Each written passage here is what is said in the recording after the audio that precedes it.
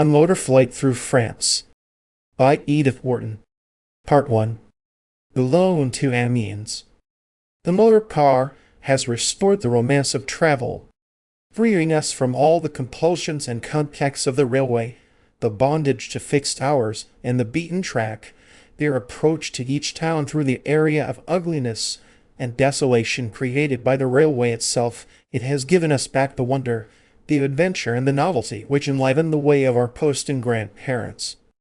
Above all these recovered pleasures must be ranked the delight of taking a town unawares, stealing on it by back ways and unchronicled paths, and surprising in it some intimate aspect of past time, some silhouette hidden for half a century or more by the ugly mask of railway embankments and the iron bulk of a huge station.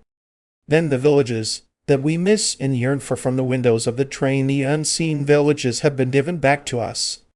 And nowhere could the importance of the recovery have been more delightfully exemplified than on a May afternoon in the Pas de Calais, as we climbed the long ascent beyond Boulogne on the road to Arras. It is a delightful country, broken into wide waves of hill and valley, with hedge rows high and leafy, enough to bear comparison with the Kentish hedges among which our motor had left us a day or two before. And the villages, the frequent, smiling, aptly placed villages, will also meet successfully the more serious challenge of their English rivals meted on other grounds and in other ways, with paved market-places and clipped charmiels instead of gorse, French commons, with soaring belfries instead of square church towers, with less of verdure, but more, perhaps, of outline, certainly, of line. The country itself so green, so full and close in texture, so pleasantly diversified by clumps of woodland in the hollows, and by streams threading the grey fields with light. All this, too, has the English, or perhaps the Flemish quality, for the border is close by, with the added beauty of reach and amplitude, the deliberate gradual flow of level spaces into distant slopes, till the land breaks in a long blue crest against the seaward horizon. There was much beauty of detail also in the smaller towns through which we passed, some of them high-perched on ridges that raked the open country, with old houses stumbling down at picturesque angles from the central marketplace, others tucked in the hollows among orchards and barns, with the pleasant country industries reaching almost to the doors of their churches. In the little villages a deep, delicious thatch overhangs the plastered walls of cottages, espaliered with pear trees, and ducks splash in ponds fringed with hawthorn and laburnum. And in the towns there is almost always some note of character, of distinction, the gateway of a 17th-century hotel, the triple arch of a church front, the spring of an old moss-eat apse, the stuccoed and black cross beams of an ancient guild house, and always the straight-line walk, square-clipped or trained en berceau, with its sharp green angles and sharp black shade acquiring a value positively architectural against the high lights of the paved or gravel place. Everything about this rich, juicy land bathed in blonde light is characteristically Flemish, even to the slow-moving eyes of the peasants, the bursting red cheeks of the children, the drowsy grouping of the cattle in flat pastures. And at Hessen we felt the architectural nearness of the Low Countries in the presence of a fine town, all of the late Renaissance, with the peculiar movement of volutes and sculptured ornament limestone against warm brick that one associates with the civic architecture of Belgium, a fuller, less sensitive line than the French architect permits himself, with more massiveness and exuberance of detail. This part of France, with its wide expanse of agricultural landscape, disciplined and cultivated to the last point of finish, shows how nature may be utilized to the utmost claw without losing its freshness and naturalness. In some regions of this supremely administered country, where space is more restricted, or the fortunate accidents of water and varying levels are lacking, the minute excessive culture, the endless ranges of pottage or wall, and the long lines of fruit trees bordering straight interminable roads, may produce in the American traveler a reaction toward the unkempt, a momentary feeling that ragged road-sides and weedy fields have their artistic value. But here in northern France, where agriculture has mated with poetry instead of banishing it. One understands the higher beauty of land developed, humanized, brought into relation to life and history as compared with the raw material with which the greater part of our own hemisphere is still clothed. In France, everything speaks of long familiar intercourse between the earth and its inhabitants. Every field has a name, a history, a distinct place of its own in the village polity. Every blade of grass is there by an old feudal right which has long since dispossessed the worthless aboriginal weed. As we neared Arras, the road lost its pleasant windings and ran straight across a great plateau, with an occasional long dip and ascent that never deflected it from its purpose, and the villages became rarer, as they always do on the high winds, whipped plains of France. Arras, however, was full of compensations for the dullness of their approach. A charming old grey town, with a great air of faded 17th century opulence, in which one would have liked to linger, picking out details of gateway and courtyard, of sculptured masks and wrought iron balconies, if only a brief peep into the hotel had not so promptly quenched the impulse to spend a night there.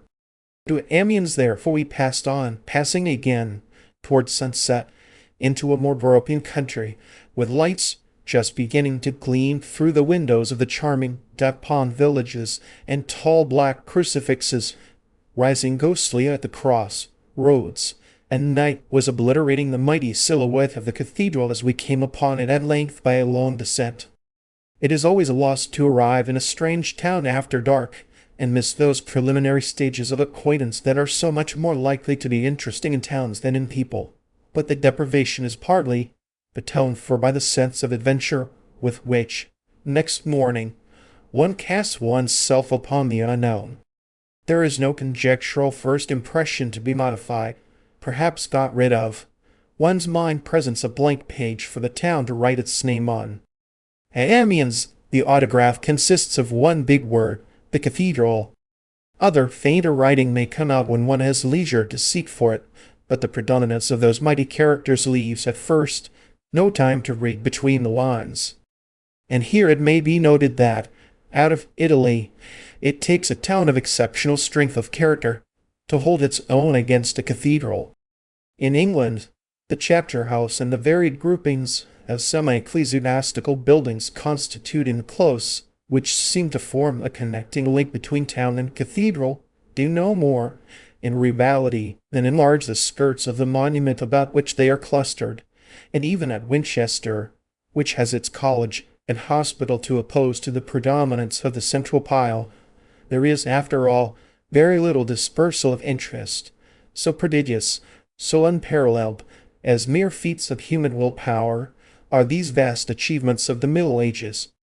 In northern France, where the great cathedrals were of lay foundation, and consequently sprang up alone, without the subordinate colony of monastic buildings of which the close is a survival, and where, as far as monuments of any importance are concerned, the architectural gap sometimes extends from Louis the Saint to Louis the XIV, the ascendancy of the diocesan church is necessarily even more marked. Rouen alone, perhaps, opposes an effectual defense to this concentration of interest, will not for a moment let itself be elbowed out of the way by the great buttresses of its cathedral. And at Bourges, but Bourges and Rouen come later in this itinerary, and meanwhile here we are, standing in a sharp shower under a notair's doorway and looking across the little square at the west front of Amiens. Well, no wonder such a monument has silenced all competitors. It would take a mighty counterblast to make itself heard against.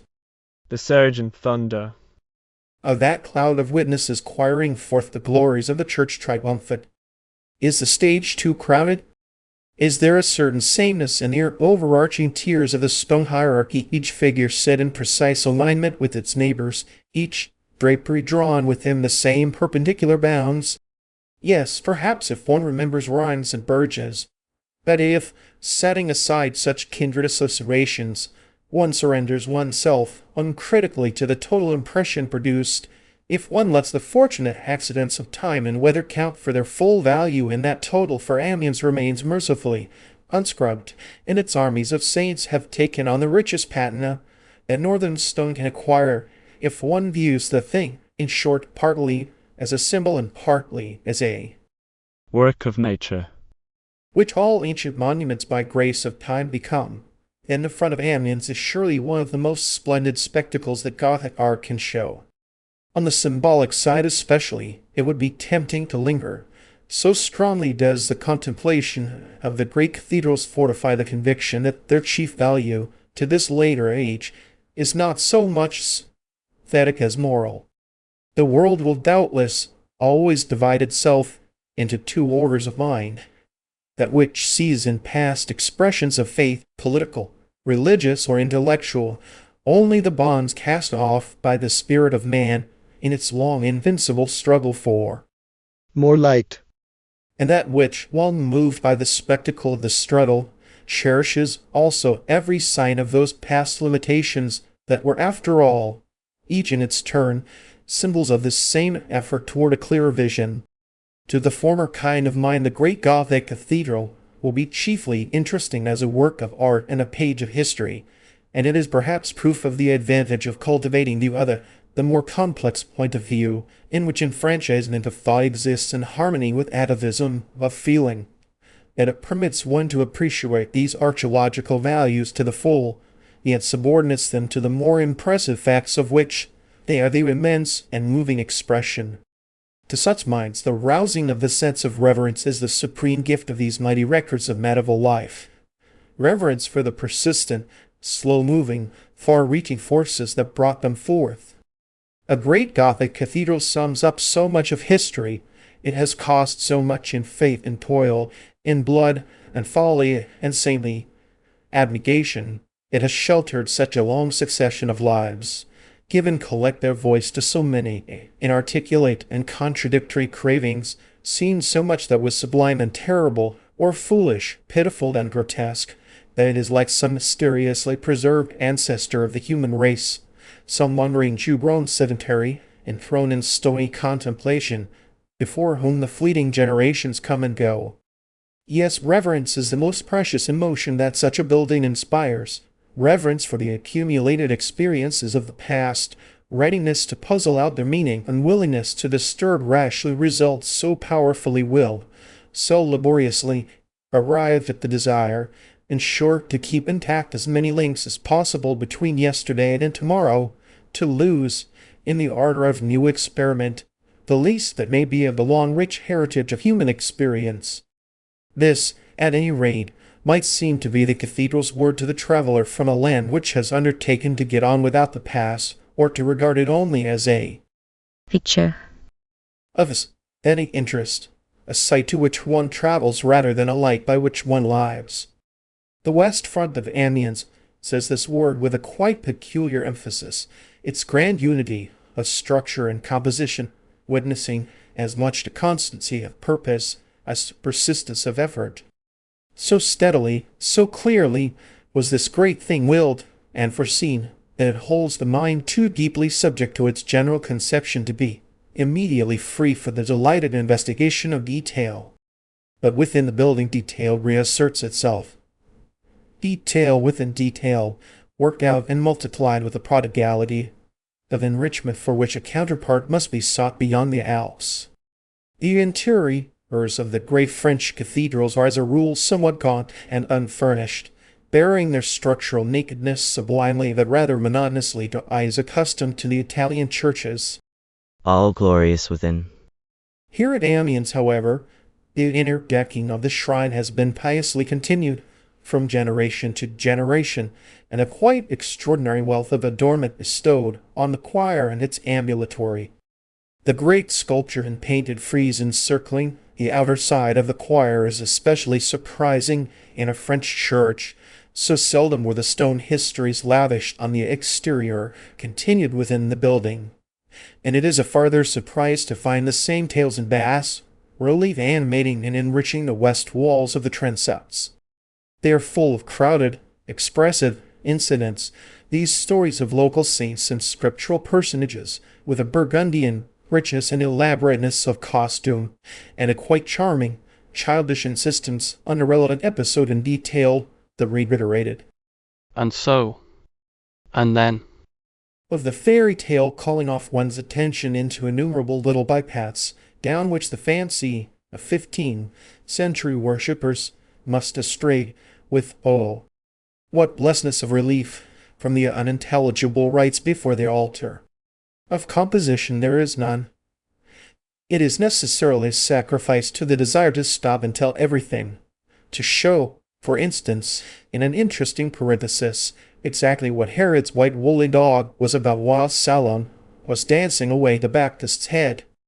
And thus one is brought back to the perpetually recurring fact that all northern art is anecdotic, and has always been so, and that, for instance, all the elaborate theories of dramatic construction worked out to explain why Shakespeare crowded his stage with subordinate figures and unnecessary incidents, and would certainly, in relating the story of St. John, have included Herod's. Pray and sweetheart. Among the dramatis person that such theories are but an unprofitable evasion of the ancient ethnological fact, but the Goth has always told his story in that way. Roman 2. Beauvais and Rouen. The same wonderful white road, flinging itself in great coils, an era of flights across the same spacious landscape, swept us on the next day to Beauvais. If there seemed to be fewer memorable incidents by the way, if the villages had less individual character, over and above their general charm of northern thrift and coziness, it was perhaps because the first impression had lost its edge. But we caught fine distant reaches of field and orchard and wooded hillside, giving a general sense that it would be a good land to live until all these minor sensations were swallowed up and lost in the overwhelming impression of Beauvais. The town itself almost purposely, as we felt afterward, failed to put itself forward, to arrest us by any of the minor arts which Arras, for instance, had so seductively exerted.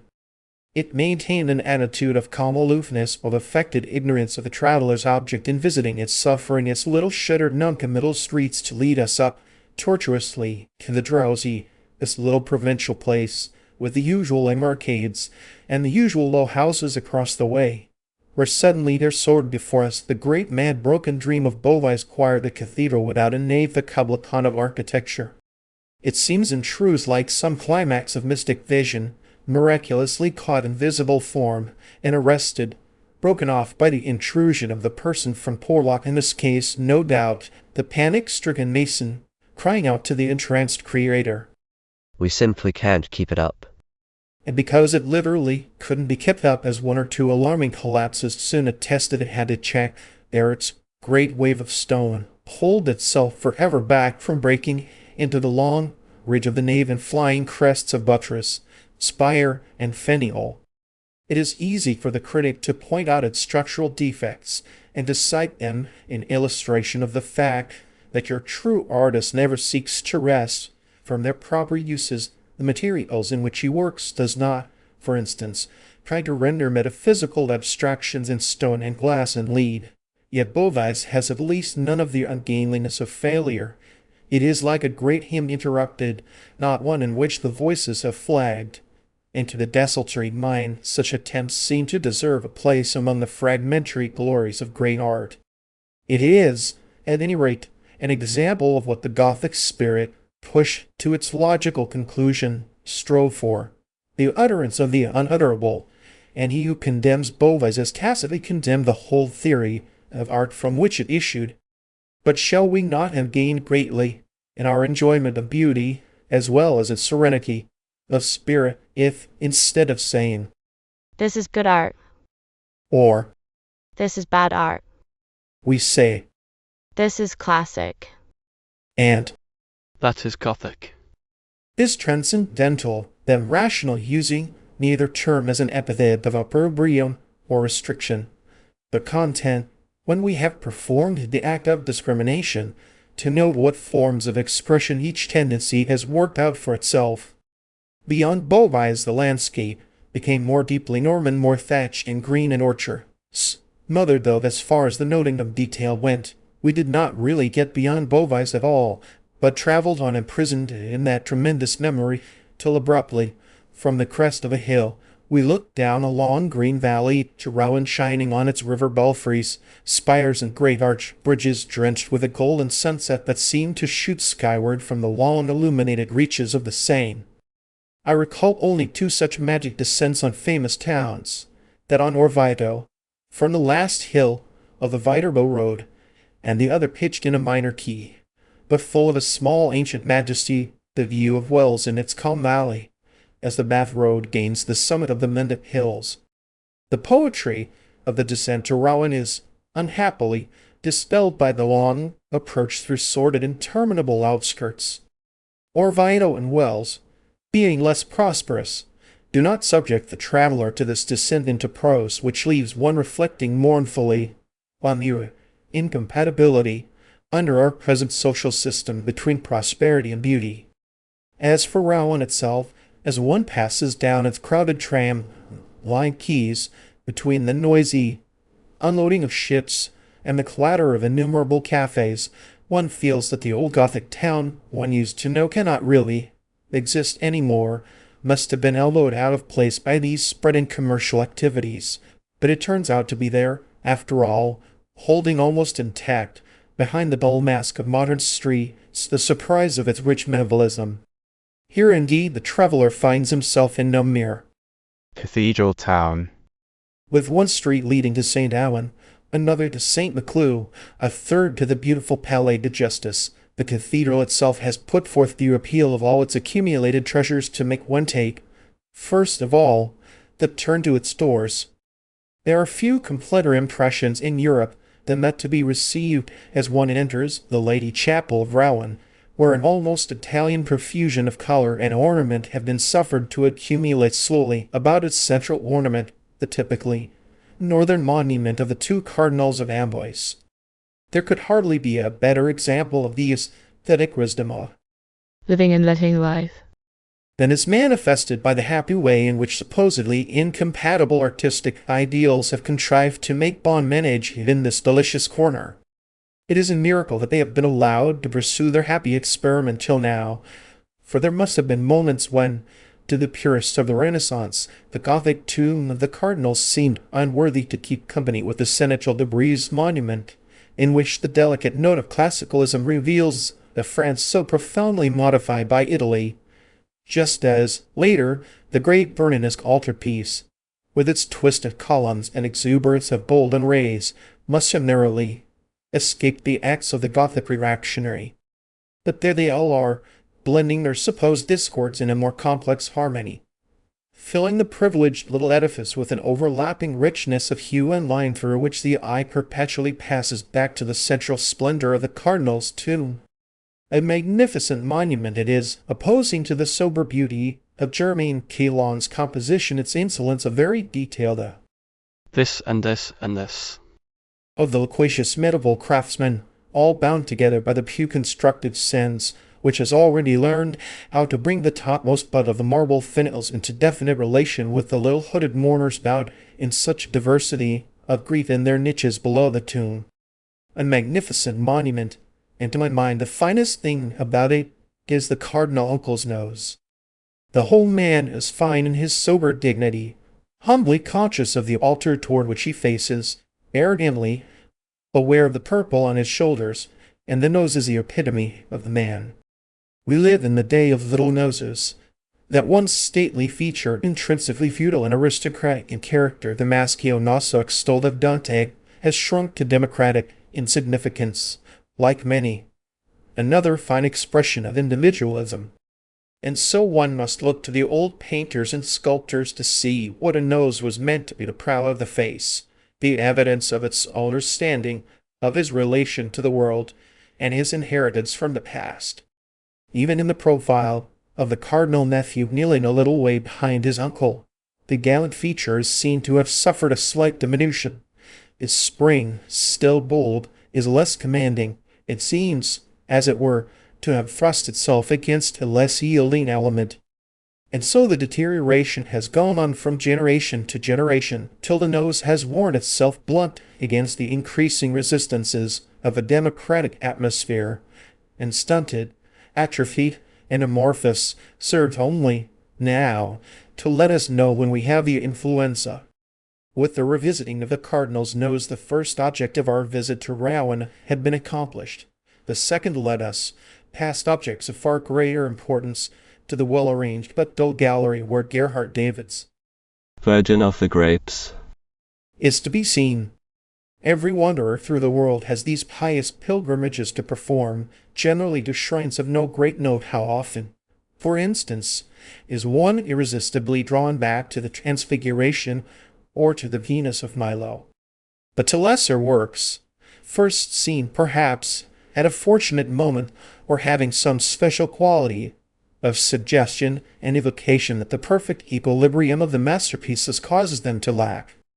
So I know of some who go first to The Death of Procris, in the National Gallery, to the little Apollo and Marsyas, of the Salon Car, to a fantastic allegorical picture, subject and artist unknown, in an obscure corner of the Uffizi, and who would travel more miles to see again in the little gallery of Rimini, an entombment of the school of Mantegna that is set beneath the vault of the Sistine. All of which may seem to imply an unintentional disparagement of Gerhard David's picture, which is, after all, a masterpiece of its school. But the school is a subordinate one, and save to the student of Flemish art, his is not a loud sounding name. One does not say, for instance, with any hope of general recognition, Ah, yes, that reminds me of such and such a bit in the Virgin of the Grapes. all the more, therefore, may one enjoy his picture in the empty room of the Rouen Gallery with that gentle sense of superiority and possessorship to which the discerner of obscure merit is surely entitled. How much of its charm this particular painting owes to its not having become the picnic ground of the art excursionist, how much to its own intrinsic beauty, its grave serenities of hue and gesture, how much, above all, to the heavenly translucence of that bunch of grapes plucked from the vines of paradise. It is part of its very charm to leave unsettled, to keep among the mysteries whereby it draws one back. Only one trembles lest it should cease to shine in its own twilight heaven when it has become a star in Baedeker. Roman 3. From Rouen to Fontainebleau. The Seine, 2 days later, by the sweetest curves, drew us on from Rouen to Les Andelys, past such bright gardens terrace above its banks, such moist poplar, French islands, such low green promontories deflecting its silver flow, that we continually checked the flight of the motor, pausing here and here and here again to note how France understands and enjoys and lives with her rivers.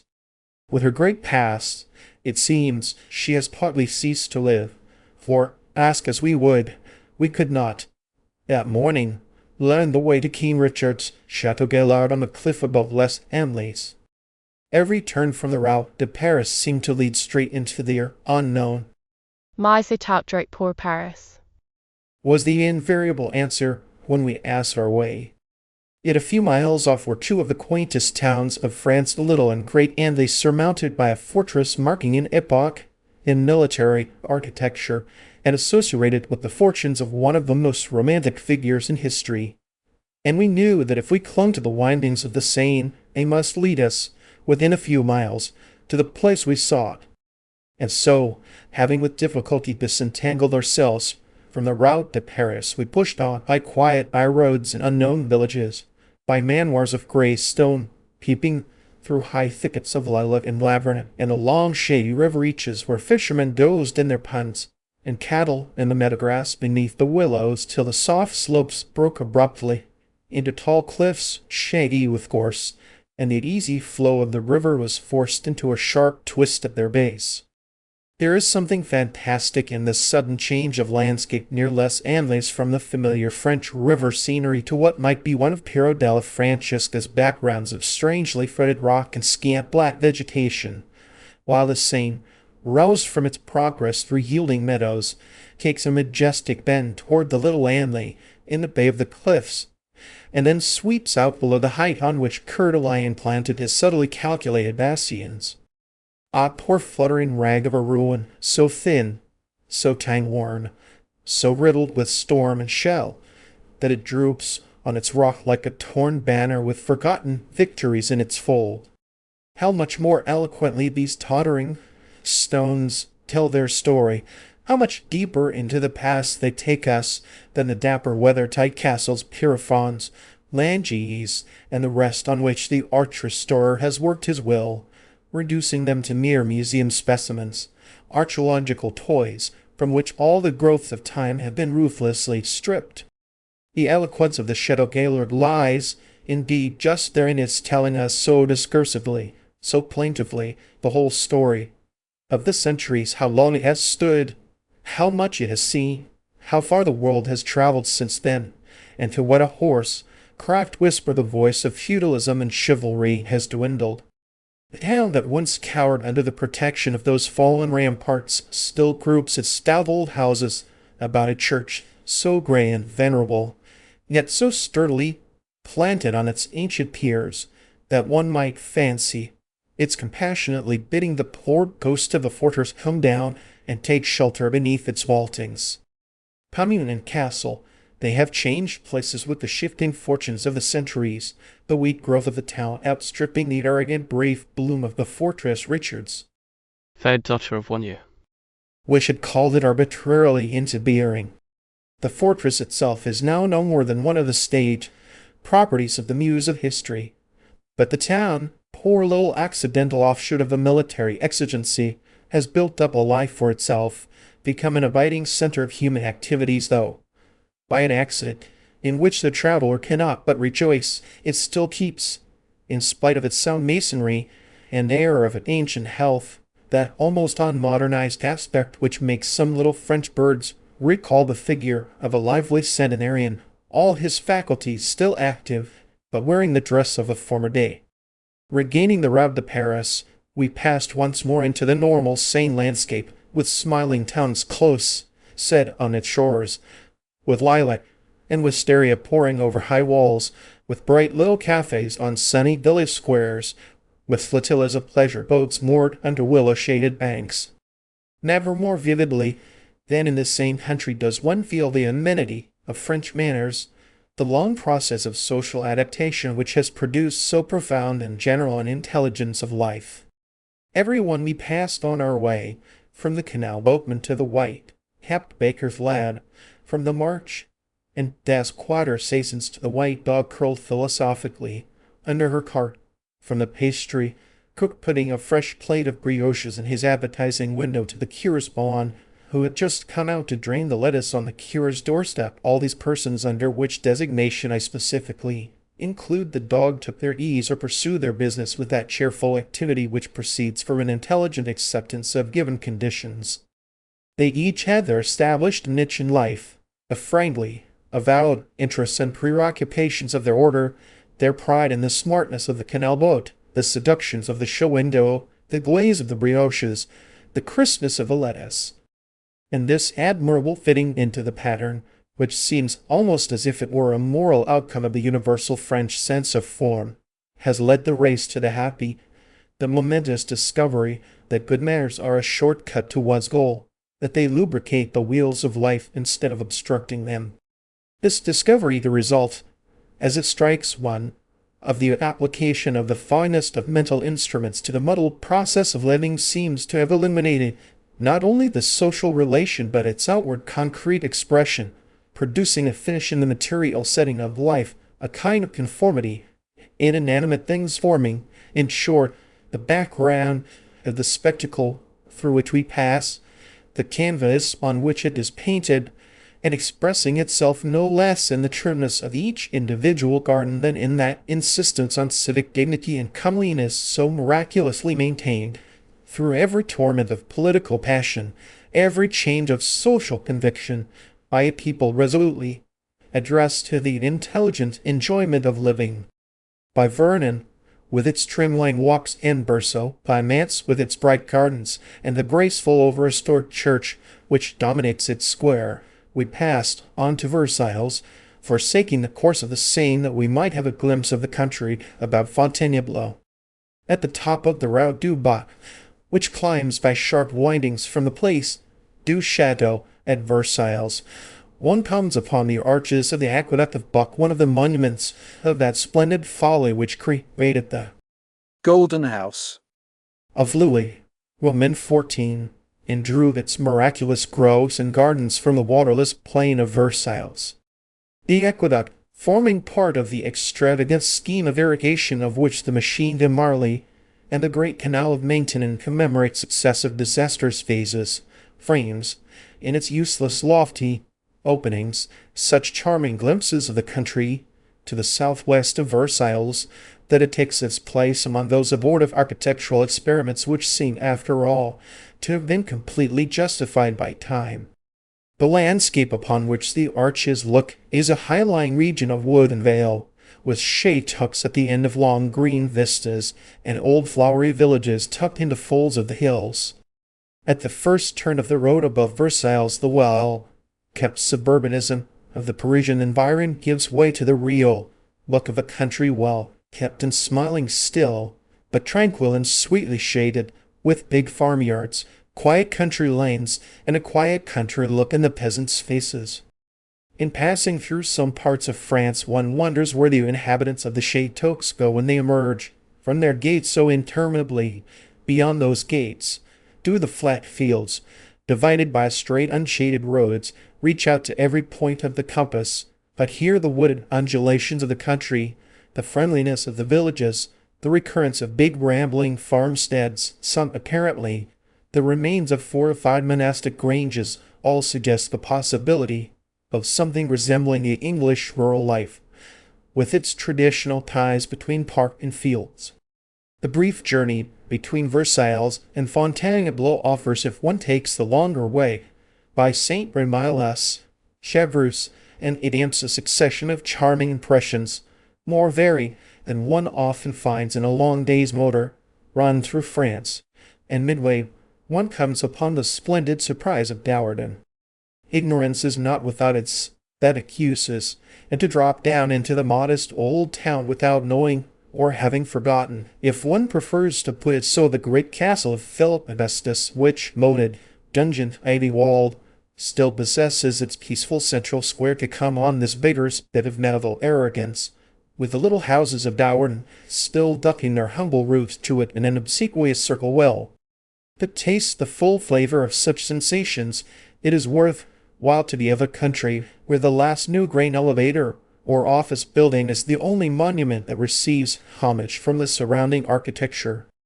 Douarton, too, has the crowning charm of an old inn facing its shadow, for such an inn as Manon and Desgris dined in on the way to Paris, where, in a large courtyard shaded by trees, one may feast on strawberries and cheese, at a table enclosed in clipped shrubs, with dogs and pigeons amicably prowling for crumbs, and the host and hostess, their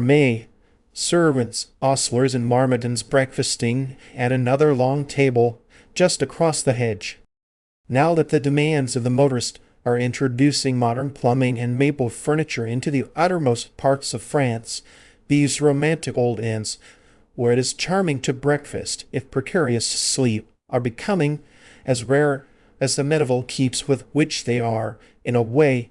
contemporaneous, and Douarton is fortunate in still having two such perfect specimens to attract the attention of the archaeologist. Étampes, our next considerable town, seemed by contrast rather featureless and disappointing, yet for that very reason so typical of the average French country town, dry, compact, unsentimental, as if avariciously hoarding along rich paths that its one straight grey street and squat old church will hereafter always serve for the Ville de Provence background in my staging of French fiction.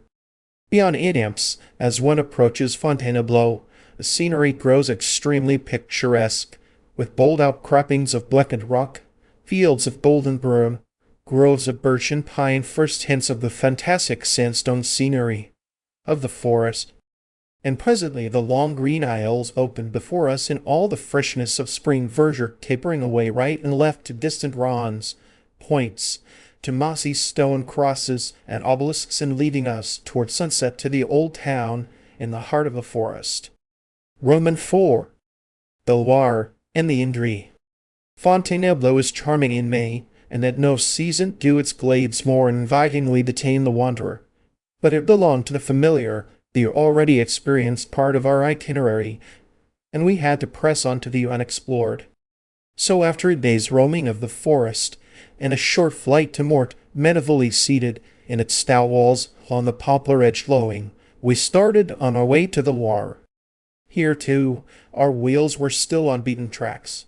though the morning's flight across country to Orleans was meant to give us a glimpse of a new region.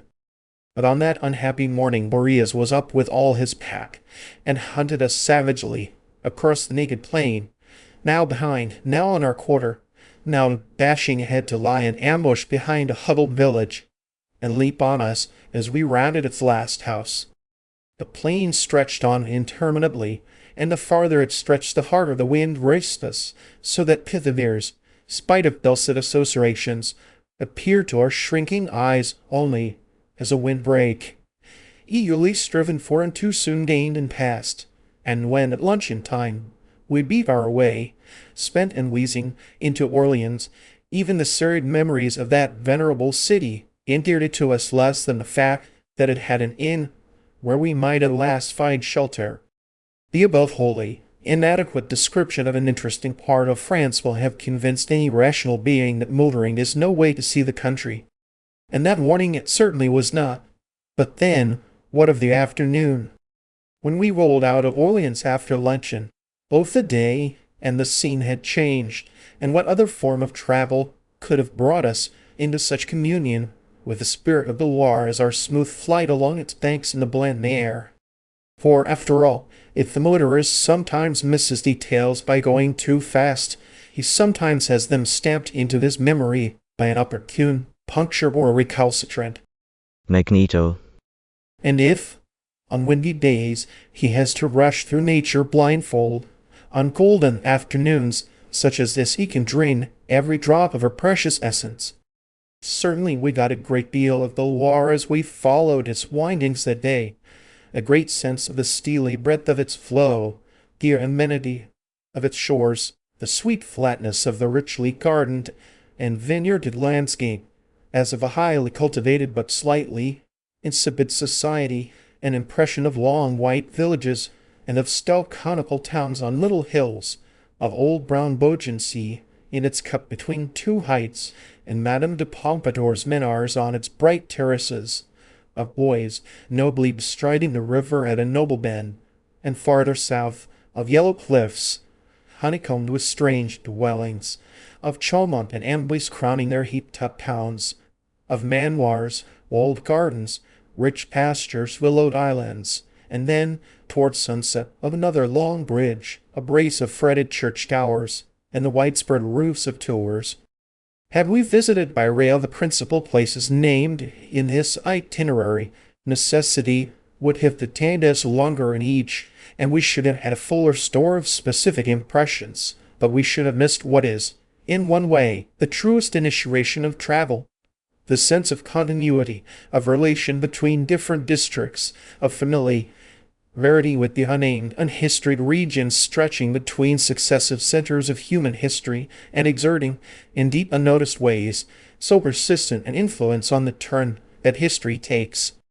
And after all, though some people seem to doubt the fact, it is possible to stop a motor and get out of it, and if, on our way down the Loire, we exercised this privilege infrequently, it was because, here again, we were in a land of old acquaintance, of which the general topography was just the least familiar part. It was not till 2 days later we passed out of Tours, not, in fact, till we left to the northward the towered pile of lodges, that we found ourselves once more in a new country. It was a cold day of high clouds and flying sunlight, just the sky to overarch the wide rolling landscape through which the turns of the Indre were leading us. To the south, whither we were bound, lay the buried land of George Sand, while to the northwest low acclivities sloped away, with villages shining on their sides. One arrow of sunlight, I remember, transfixed for a second an unknown town on one of these slopes, a town of some consequence, with walls and towers that flashed far off and mysterious across the cloudy plain. Who has not been tantalized in traveling by the glimpse of such cities unnamed, undiscoverable afterward by the minutest orientations of map and guidebook. Certainly, to the uninitiated, no hill town is visible on that particularly level section of the map of France. Yet there sloped the hill, there shone the town not a moment's mirage, but the companion of an hour's travel, dominating the turns of our road, beckoning to us across the increasing miles and causing me to vow as we lost the last glimpse of its towers that next year I would go back and make it give up its name. But now we were approaching a town with a name so encrusted and overgrown with associations that it was undeniably disappointing as we reached its outskirts to find shade arose aside from its fine old chateau on the Indre so exactly like other dull French towns, so provokingly unconscious of being one of the capital cities of literature. And it seems, in fact, literally as well as figuratively, unaware of its distinction. Fame throws its circles so wide that it makes not a ripple near home, and even the alert landlady of the Hotel St. Catherine wrinkled her brows perplexedly at our question. Is one permitted to visit the house of George Sand? Le Château de George Sand. A pause of reflection. C'est elle Cravain NSC pass. Another pause. C'est no hand the shadow? Mais, madame, Jeannie serait vous the dire. Yet here was the northern gate of the sand country. It was here that, for years, the leaders of the most sedentary profession of a sedentary race, the Hans de Letters of France, descended from the Paris Express and took a diligence on their pilgrimage to the Oracle. When one considers the fatigue of the long day's railway journey and the French dread of displacements, the continual stream of greatness that Paris poured out upon Nohant gives the measure of what Nohant had to offer in return. As we sat at breakfast in the inn dining room, we had irreverently pictured some of these great personages list: Saint,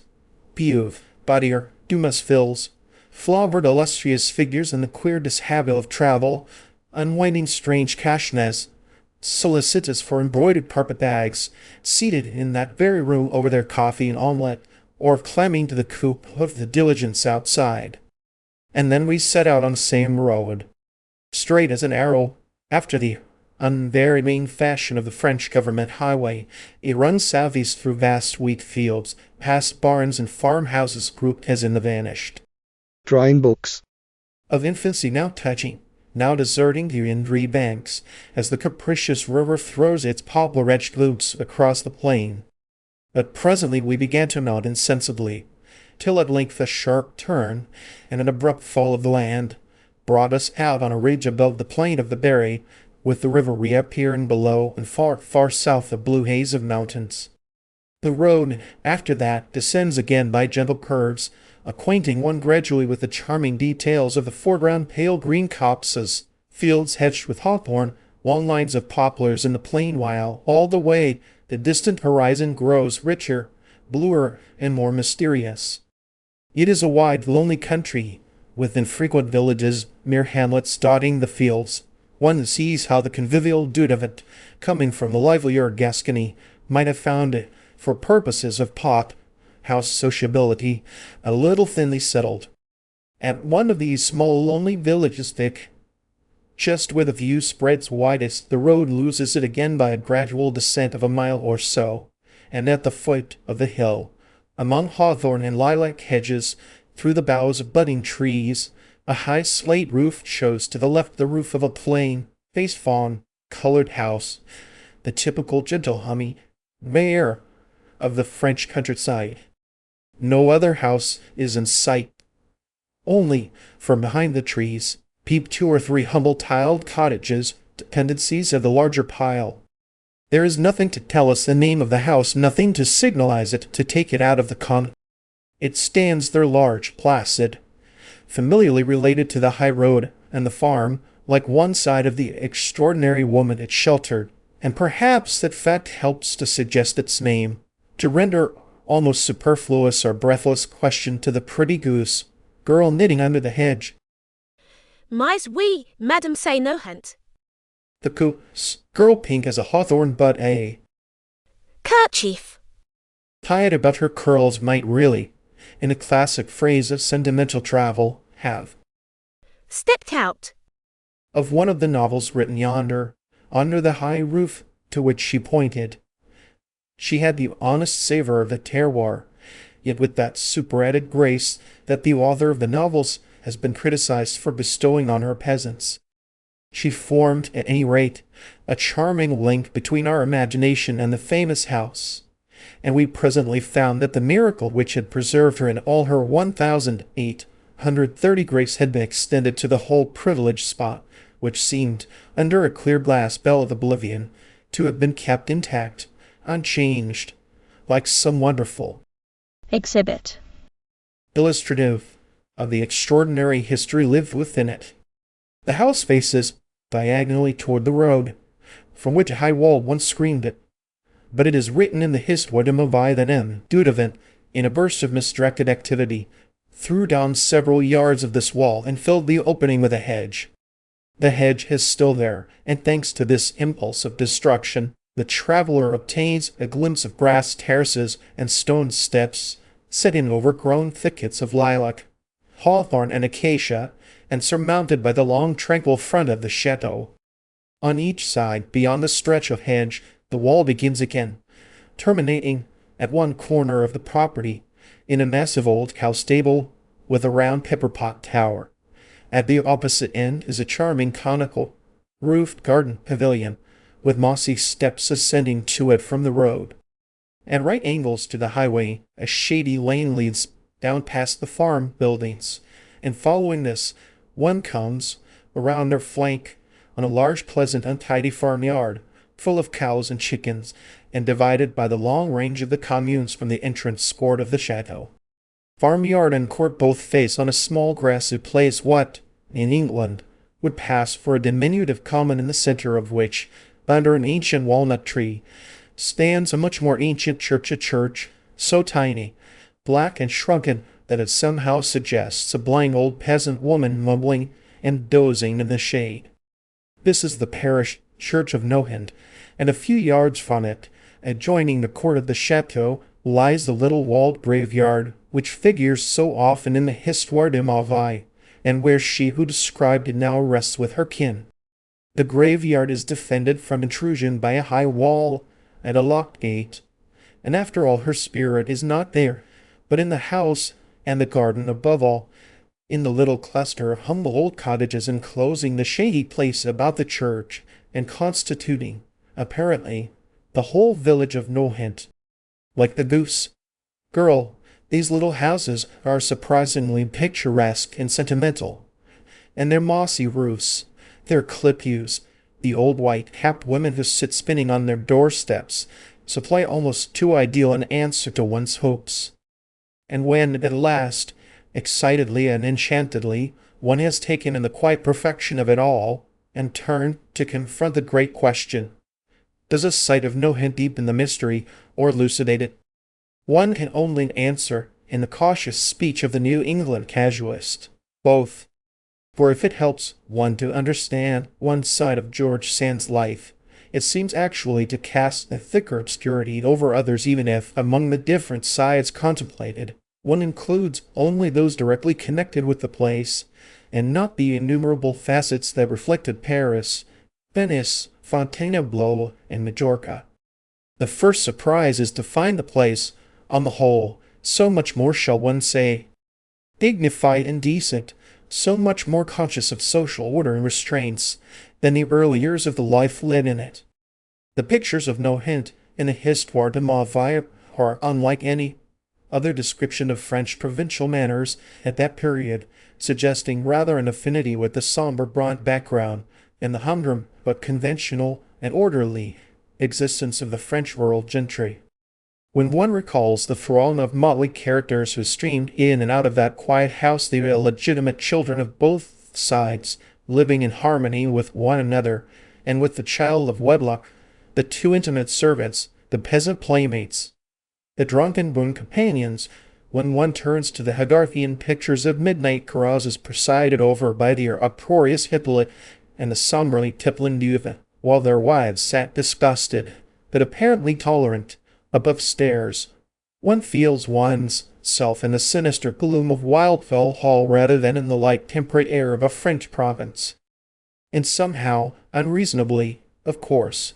one expects the house to bear, even outwardly, some mark of that dark disordered period, or, if not, then of the cheerful, but equally incoherent and inconceivable existence led there when the timid Madame Dudevant was turning into the great George Sand, and the strange procession which continued to stream through the house was composed no longer of drunken gentlemen farmers and left-handed peasant relations, but of an almost equally fantastic and ill-assorted company of ex-priests, naturalists, journalists, saints-monians, writers of every conceivable religious, political, and literary hobby, among whom the successive tutors of the adored Morris forming in themselves a line as long as the king's in Macbeth. Perhaps take the palm for oddness of origin and adaptability of manners. One expected the scene of these confused and incessant comings and goings to wear the injured to class air of a house which has never had its rights respected, a house long accustomed to jangle its dinner bell in vain and swing its broken hinges unheeded. And instead, one beholds this image of aristocratic well-being, this sober edifice, conscious in every line of its place in the social scale, of its obligations to the church and cottages under its wing, its rights over the acres surrounding it. And so one may, not too fancifully, recognize in it the image of those grave ideals to which George Sand gradually conformed the passionate experiment of her life, may even indulge oneself by imagining that an old house so marked in its very plainness, its conformity, must have exerted over a mind as sensitive as hers, an unperceived but persistent influence, giving her that centralizing weight of association and habit which is too often lacking in modern character, and standing ever before her as the shrine of those household pieties to which, inconsistently enough, but none the less genuinely, the devotion of her last years was paid. Nohant to Clermont. There happened to us, on leaving Nohant, what had happened after Beauvais. The quiet country house by the roadside, like the mighty Gothic choir, possessed our thoughts to the exclusion of other impressions. As far as La Chatter, indeed, the little town on the Indre, where young Madame Dudevant spent a winter to further her husband's political ambitions, we were still within the Nohant radius, and it was along the straight road we were travelling that poor old Madame Dupin de Franqueville see Duelet, that she could hardly make the round of the garden, fled in her high-heeled slippers on a fatal night when her son, returning from a gay supper at La Chatter, was flung from his horse and killed at the entrance to the town. These scenes from the Histoire de Mauvais are so vivid, they live so poignantly in memory, that in reliving them on the spot one feels, with Goncourt, how great their writer would have been had her intrepid pen more often remained dans la vraie. La Chatter is a charming town, with a remarkably picturesque approach on the Nohant side, across an old bridge out of which an old house, with a steep terraced garden, seems to grow with the conscious pleasure of well-grouped masonry, and the streets beyond have an air of ripe experience, tempered by gaiety, like that of those ironic old 18th century faces wherein the wrinkles are as gay as dimples. Southward from La Chatter, the road runs through a beautiful hilly country to Montlucan-on-the-Cher, a fine old border town with a brave fighting past and interesting relics of Bourbon ascendancy, but now deeply disfigured by hideous factories and long grimy streets of operatives' houses. In deploring the ravages of modern industry on one of these rare old towns, it is hard to remember that they are not museum pieces, but settlements of human beings with all the normal desire to prosper at whatever cost to the physiognomy of their birthplace, and Montlucan in especial seems to have been a very pelican to the greed of her offspring. We had meant to spend the night there, but there was a grimness about the inn, the special grimness of which the commercial traveller's hotel and the French manufacturing town holds the depressing secret that forbade even a glance at the bedrooms, and though it was near sunset we pressed on for Vichy. We had, in consequence, but a cold twilight glimpse of the fine gorge of Montaudet, through which the road cuts its way to Gannat, the first town to the north of the Limadny, and night had set in when we traversed the plain of the Allier. On good French roads, however, a motor journey by night is not without its compensations, and our dark flight through mysterious fields and woods terminated effectively enough with a long descent down a lamp-garlanded boulevard into the inanimate white watering place. Vichy, in fact, had barely opened the shutters of its fashionable hotels. The season does not begin till June, and in May only a few premature bathers, mostly English, shiver in corners of the marble halls, or disconsolately peruse last year's news in the deserted reading rooms. But even in this semi-chrysalis stage, the town presented itself the next morning as that rarest of spectacles, grace triumphant over the processes of the toilet. Only a pretty woman in a French bildeau can look really charming in morning dishabille, and the way in which Vichy accomplishes the feat would be a lesson to many pretty women. The place, at all seasons, is an object lesson to less enlightened municipalities, and when one finds oneself vainly wishing that art and history, and all the rich tapestry of the past might somehow be brought before the eyes of our self-sufficient millions, one might pause to ask if the sight of a well-kept, self-respecting French town, carefully and artistically planned as a setting to the amenities of life, would not, after all, offer the more salutary and surprising example.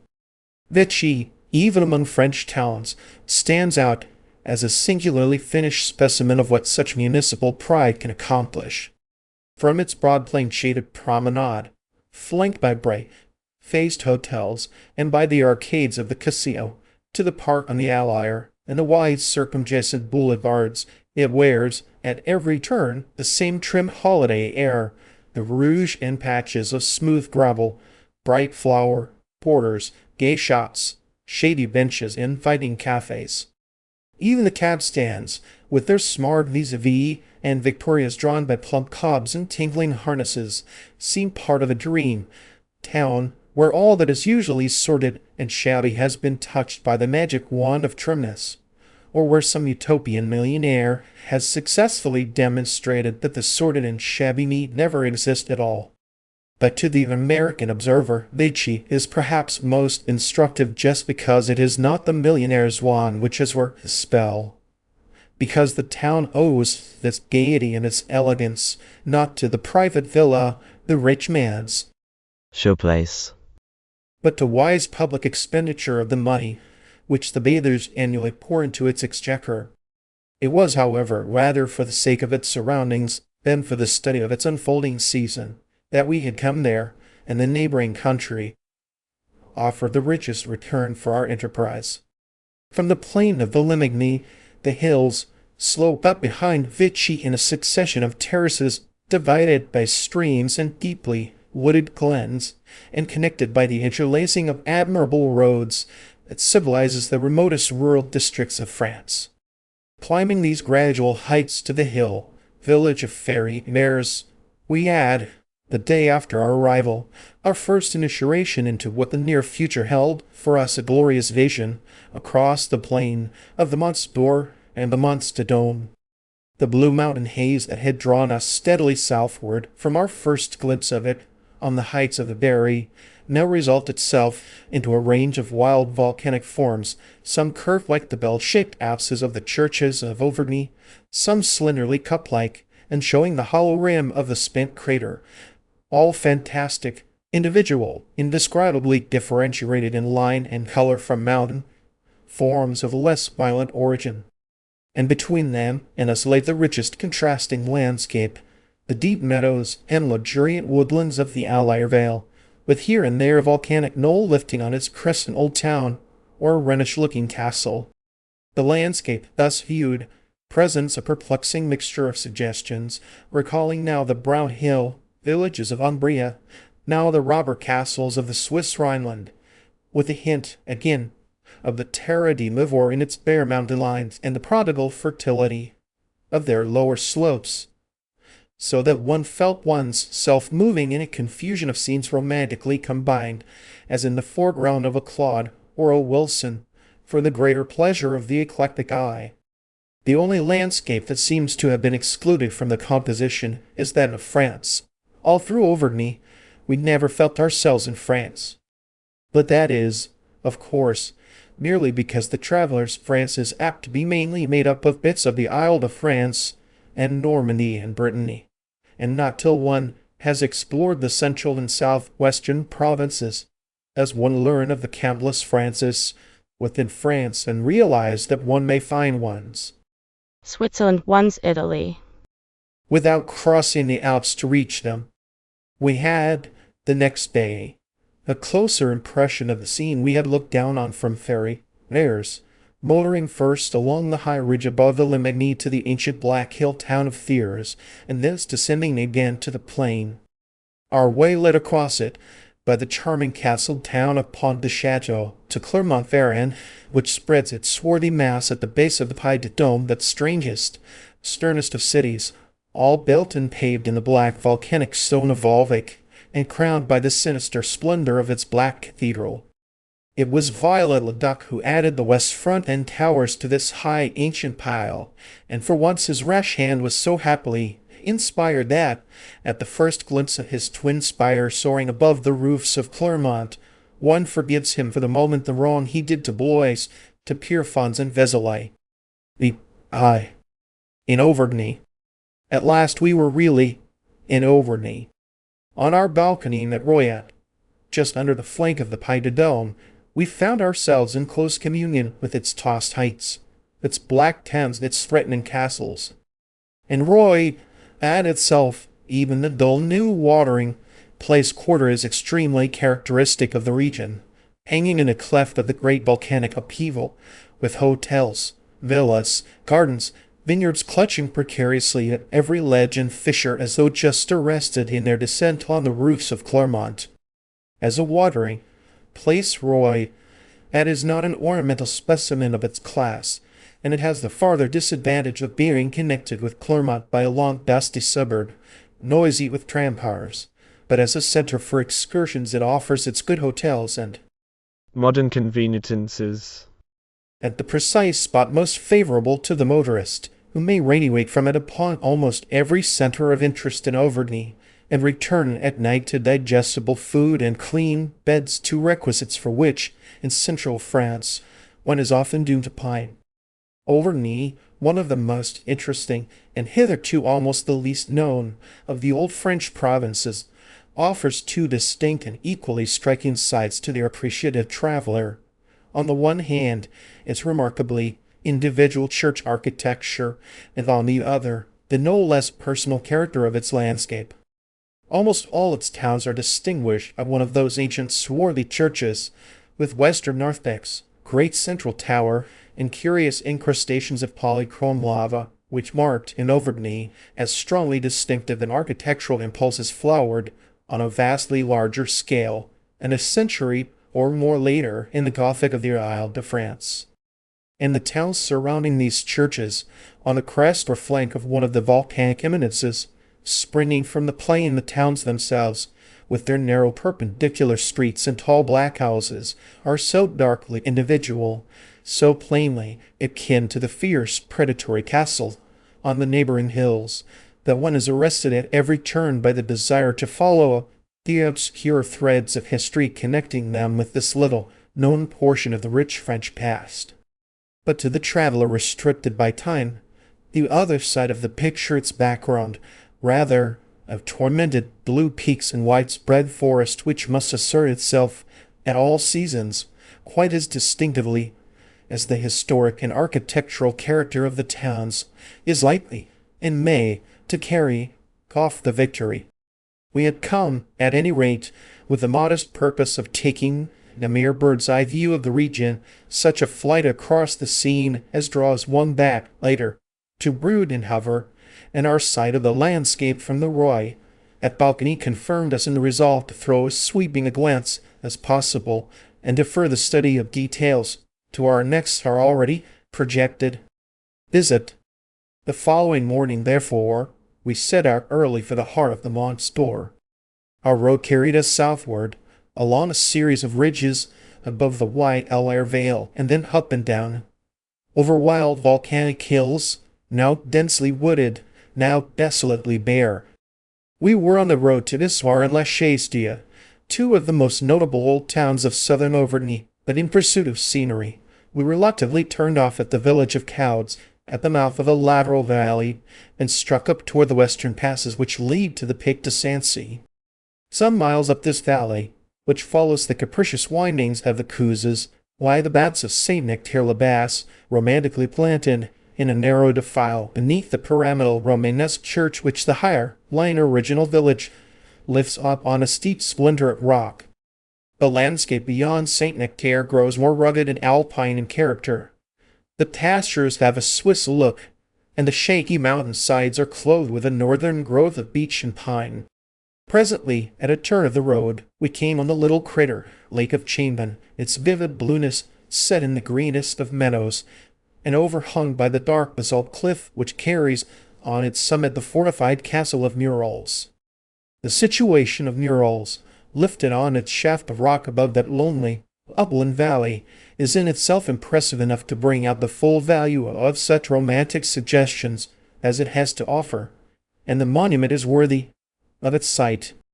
It is in fact a very noble ruin, raising its central keep above two outer circuits of battered masonry, the ampler and layer of which shows the classical pilasters and large fenestration of what must have been one of the stateliest specimens of the last stage of French feudal architecture.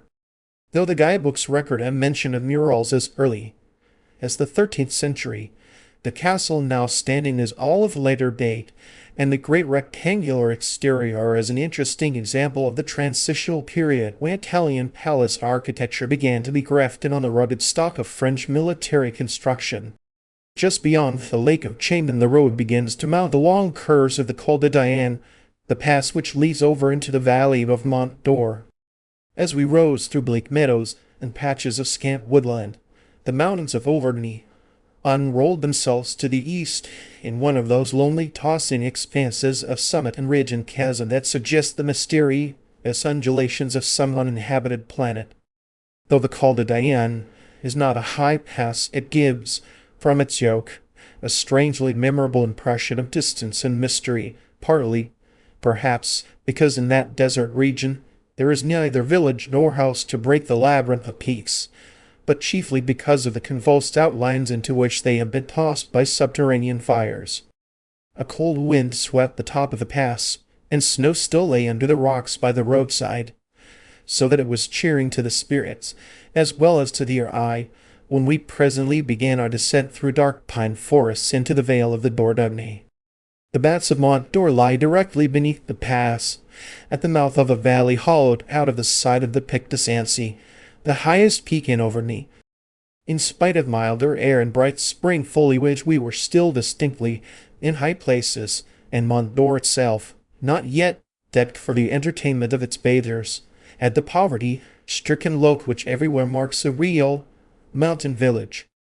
Later, no doubt, when its hotels are open, and its scanty gardens in bloom, it takes on a thin veneer of frivolity, but it must always be an austere-looking village, with its ill-kept cobblestone streets and gaunt stone houses grouped against a background of alpine pastures. We were not sorry, therefore, that its few restaurants presented barred shutters to our midday hunger, and that we were obliged to follow the first footsteps of the infant Dordogne down the valley to the lower-lying baths of Burble. The Dordogne is a child of lusty growth, and at its very leap from the cradle, under the Pic de Sancy, it rolls a fine brown torrent beneath steeply wooded banks. Its course led us rapidly down the mountain glen to the amiable but somewhat characterless little watering place of La Burble, set in a depression of the hills, with a background of slopes which, in summer, might offer fairly pleasant walks between one's douches. And here, at a fresh white hotel, with an affable landlady, we lunch on trout that must have leapt straight from the Dordogne into the frying pan. After luncheon we once more took our way along the lively curves of the river,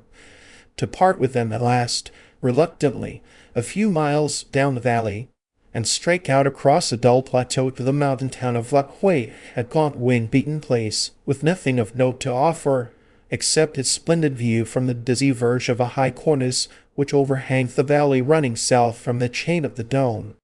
Beyond La Quay, Again, we began to descend by long windings, and at last, turning off from the direct road to Royat, we engaged ourselves in a series of wooded gorges in search of the remote village of Orcival. The Church of Orcival is one of the most noted of that strange group of overnet churches which some students of French Romanesque are disposed to attribute not only to one brief period of time, but to the hand of one architect. So closely are they allied, not alone in plan and construction, but in their peculiar and original decorative details. We had resolved, therefore, not to return to Roy without a sight of Orcival, in spite of the misleading directions plentifully bestowed on us by the way, and resulting in endless doublings through narrow lonely glens. We finally came, in the neck of the last and narrowest, upon a huddled group of stone roofs with the church rising nobly above them. Here it was at last, and our first glance told us how well worth the search we had made for it. But a second made evident the disturbing fact that a cattle fair was going on in the village. And though this is not an unusual event in French towns, or one calculated, in general, to interfere with the movements of the sightseer, we soon saw that, owing to the peculiar position of Orcival, which is jammed into the head of its glen as tightly as a cork in a bottle, the occupation of the square about the church formed a complete check to circulation. And the square was fully occupied. It presented, as we descended on it, an agitated surface of blue human backs and dun and white bovine ones, so closely and inextricably mixed that any impact from without merely sent a wave across the mass without making the slightest break in its substance. On its edge, therefore, we halted. The church, with its beautiful rounded chevet and central pyramid tower, islanded a few yards away across a horned sea which divided it from us as hopelessly as Egypt from Israel, and the waves of the sea setting toward us with somewhat threatening intent at the least sign of our attempting to cross it. There was therefore nothing to be done but to own ourselves intruders, and defer a sight of Orcival till our next visit, and with much backing and wriggling, and some unfavorable comment on the part of the opposition, we effected a crestfallen exit from that interesting but inhospitable village. The road thence to Roy climbs over the long col de Cézanne, close under the southern side of the Pied de Dôme, and we looked up longingly at the bare top of the mountain, yearning to try the ascent, but fearing that our horse bar was not pitched to such heights. That adventure, too, was therefore deferred till our next visit, which every renunciation of the kind was helping to bring nearer and make more inevitable. And we pushed on to Roy across the plain of La Chambre, noted in the records of motoring as the starting point of the perilous circuit d'Auvergne. Roman 7. Roy at 2 Burges. The term of our holiday was upon us, and stern necessity took us back the next day to Vichy. We followed, this time, the road along the western side of the Limagne, passing through the old towns of Riom and Gapers. Riom, thanks to its broad boulevards and bright open squares, struck us as the most cheerful and animated place we had seen in Auvergne, and it has, besides, a great air of Renaissance elegance, many of its old traceried hotels having been built in the 16th century, which saw the chief development of the town. Aiguepers, on the contrary, spite of its situation in the same sunny luxuriant plain, presents the morose aspect of the typical town of Auvergne, without many compensating merits, save that of 2 striking pictures of the Italian school, which are to be seen in its modernized cathedral. From Aiguepers our road struck eastward across the Limagne to Ghana, and thence, through pleasant fields and woods, we returned to Vichy on the opposite edge of the plain. We started early the next morning on our journey to the north, for our slight experience of the inns of central France made us anxious to reach Orleans by night. Such long runs cannot be made without the sacrifice of much that charms and arrests one by the way, and this part of the country should be seen at leisure, in the long summer days, when the hotels are less sepulchrally damp, and when one can remain late out of doors, instead of having to shiver through the evening hours around a smoky oil lamp, in a room which will not bear inspection, even by that inadequate light. We suffered, I remember, Many pangs by the way, and not least, that of having to take as a mere parenthesis the charmingly complete little town of La Palace on the Biber, with the ruined David castle of the Constantinople overhanging a curve of the river, and grouping itself in a memorable composition with the picturesque houses below it. Farther north again, Moulins on the Allier inflicted a still deeper pang, for this fine old town has considerable claims to distinction besides the great triptych that made its name known through Europe after the recent exhibition of French primitives in Paris. The Virgin of Moulins, gloriously enthroned in the cathedral among her soft-faced Lombard angels, remains undoubtedly the crowning ornament of the town, if only on account of the problem which she holds out so inscrutably to explorers of the baffling annals of early French art. But aside from this preeminent possession and the interest of several minor relics, Moulins has the attraction of its own amiable and distinguished physiognomy. With its streets of light, colored stone, its handsome 18th century hotels, and broad, well-paved curves, it seemed, after the grim black towns of the south, a singularly open and cheerful place, and one was conscious, behind the handsome stone gateways and balcony facades, of the existence of old paneled drawing rooms with pastel portraits and faded tapestry furniture. The approach to Nevers, the old capital of the Narbonnese, carried us abruptly back to the Middle Ages, but to an exuberant northern medievalism, far removed from the Gallo-Roman tradition of central France. The Cathedral of Nevers, with its ornate portals and fantastically decorated clock tower, has, in the old ducal palace across the square, a rival more than capable of meeting its challenge on equal grounds. A building of really gallant exterior, with fine angled towers, and within, a great staircase commemorating in luxuriant sculpture the legendary beginnings of that ancient house of Cleves which, in the 15th century, allied itself by marriage with the Dukes of Burgundy. At Nevers we found ourselves once more on the Loire, but only to break from it again in a long dash across country to Bourges.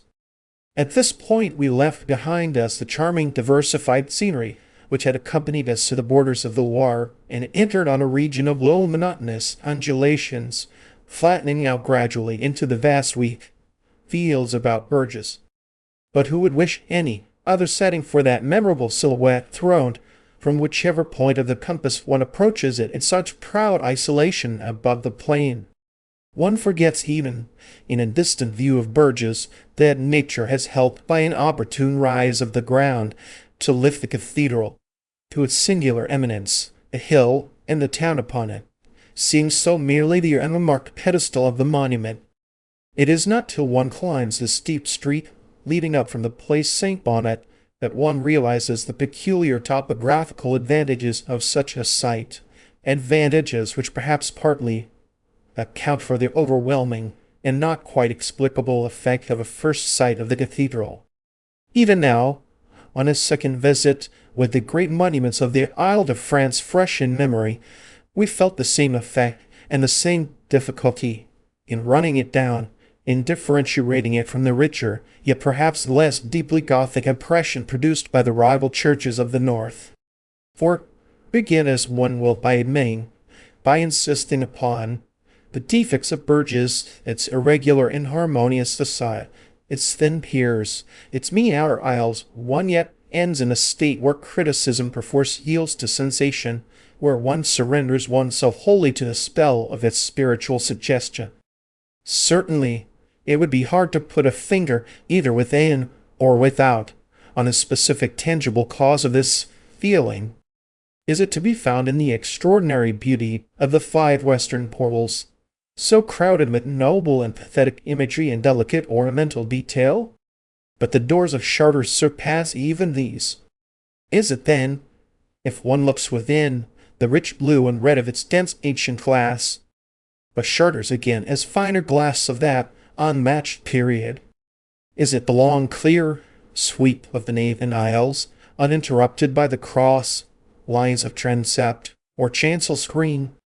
But if one recalls the wonderful convolutions of the ambulatory of Canterbury, one has to confess that Gothic art, even in its conventionalized English form, has created curves of greater poetry and mystery, produced a more thrilling sense of shadowy, consecrated distances.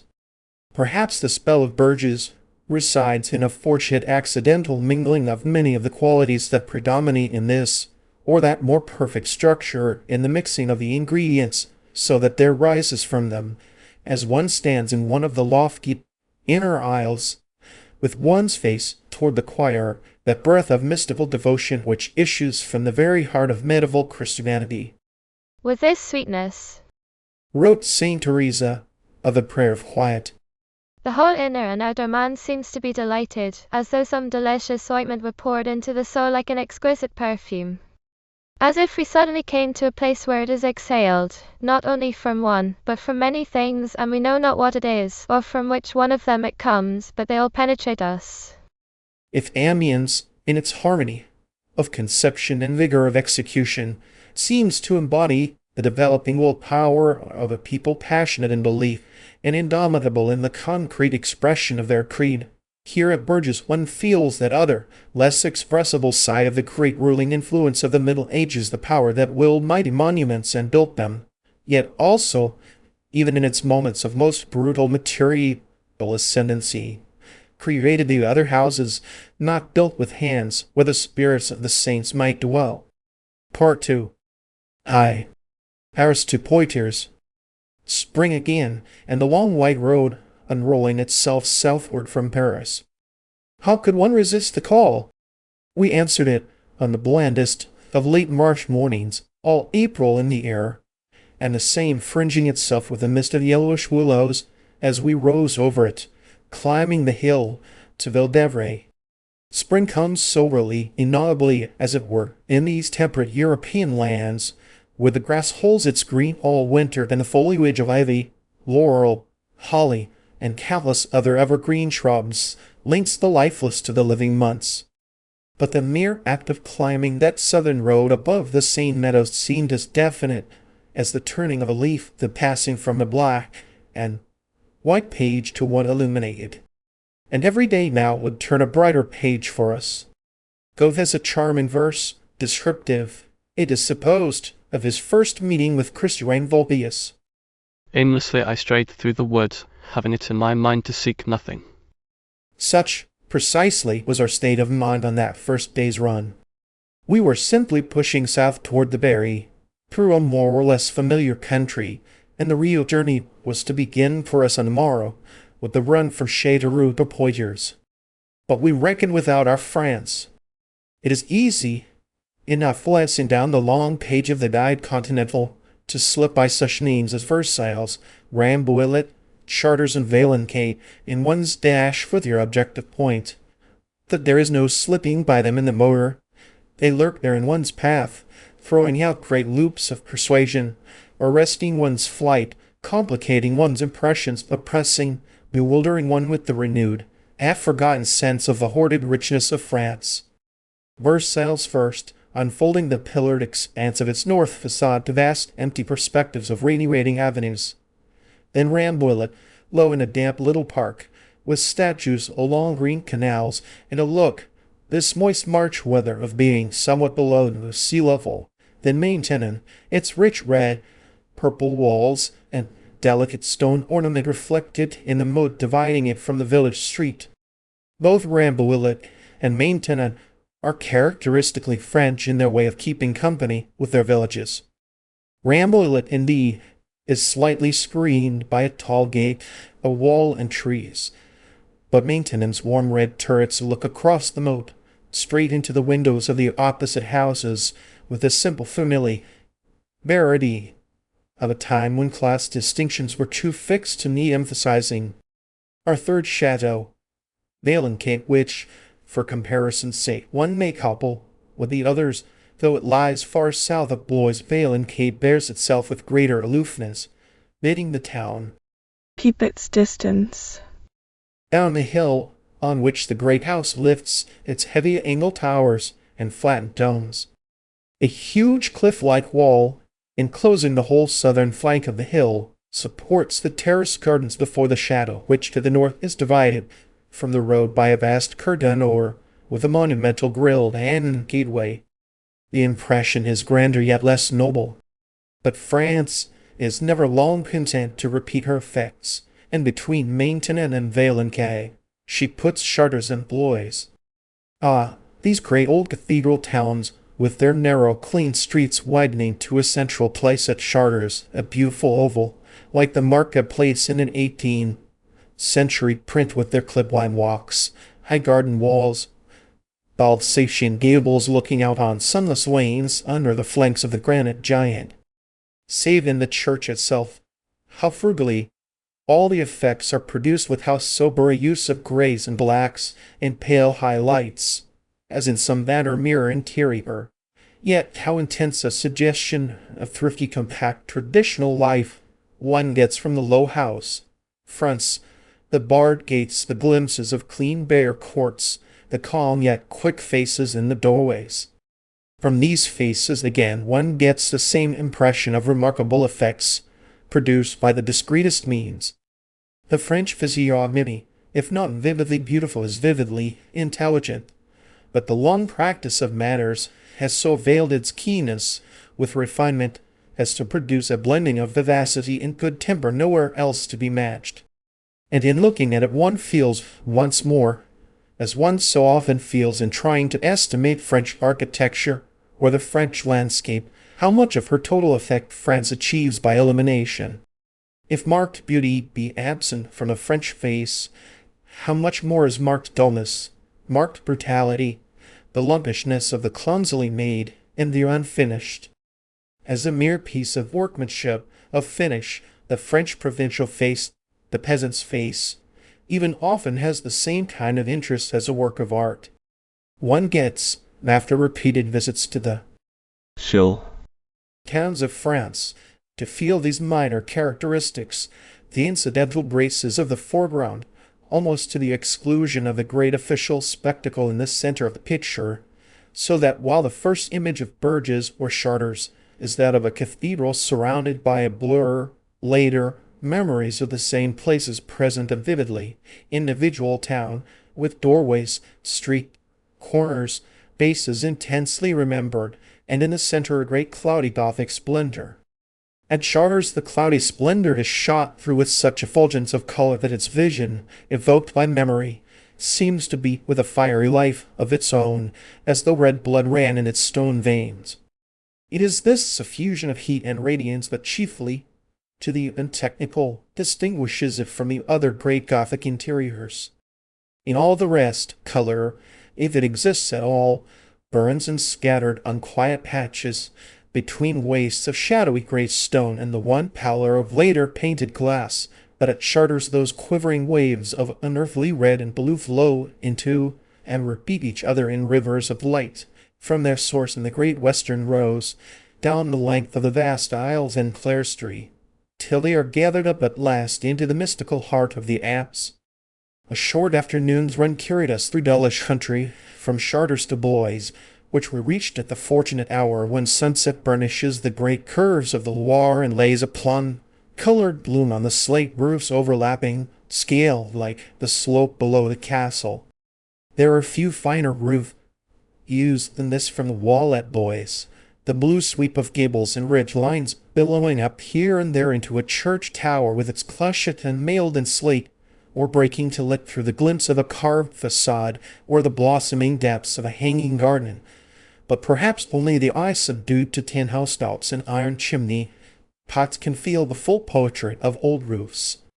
Coming back to the very 6 weeks earlier than on our last year's visit, we saw how much its wide landscape needs the relief and modeling given by the varied foliage of May. Between bare woods and scarcely budded hedges, the great meadows looked bleak and monotonous, and only the village gardens hung out a visible promise of spring. But in the sheltered enclosure, at no hint, spring seemed much nearer, at hand already, in clumps of snowdrops and violets loosening the soil, in young red leaves on the rose, standards and the twitter of birds in the heavy black fruited ivy of the graveyard wall. A gate leads from the garden into the corner of the graveyard where George Sand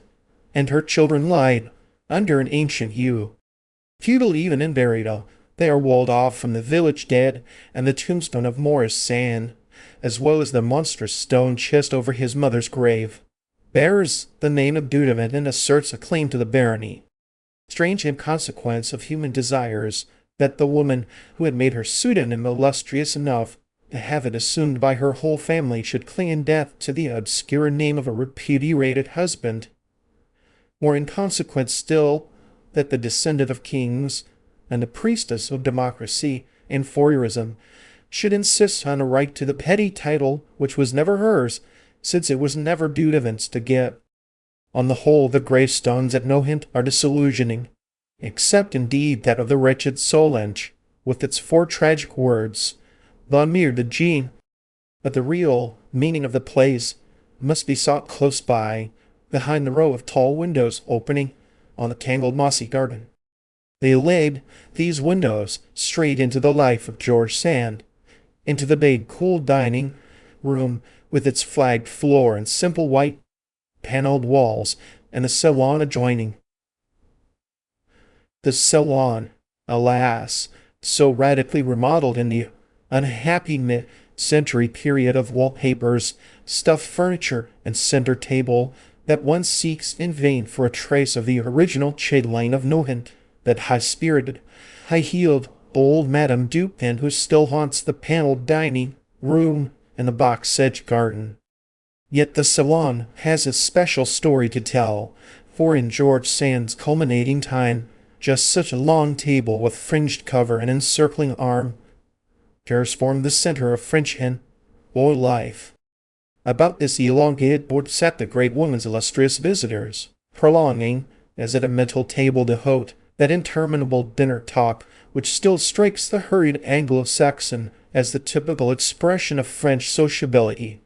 And here the different arts of the household were practiced, the painting, carving, and fine needle work which a stronger right generation managed to carry on by the light of a single lamp.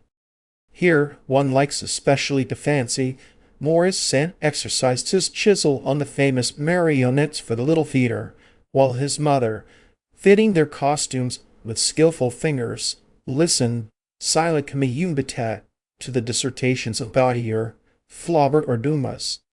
The earlier life of the house still speaks, moreover, from the walls of the drawing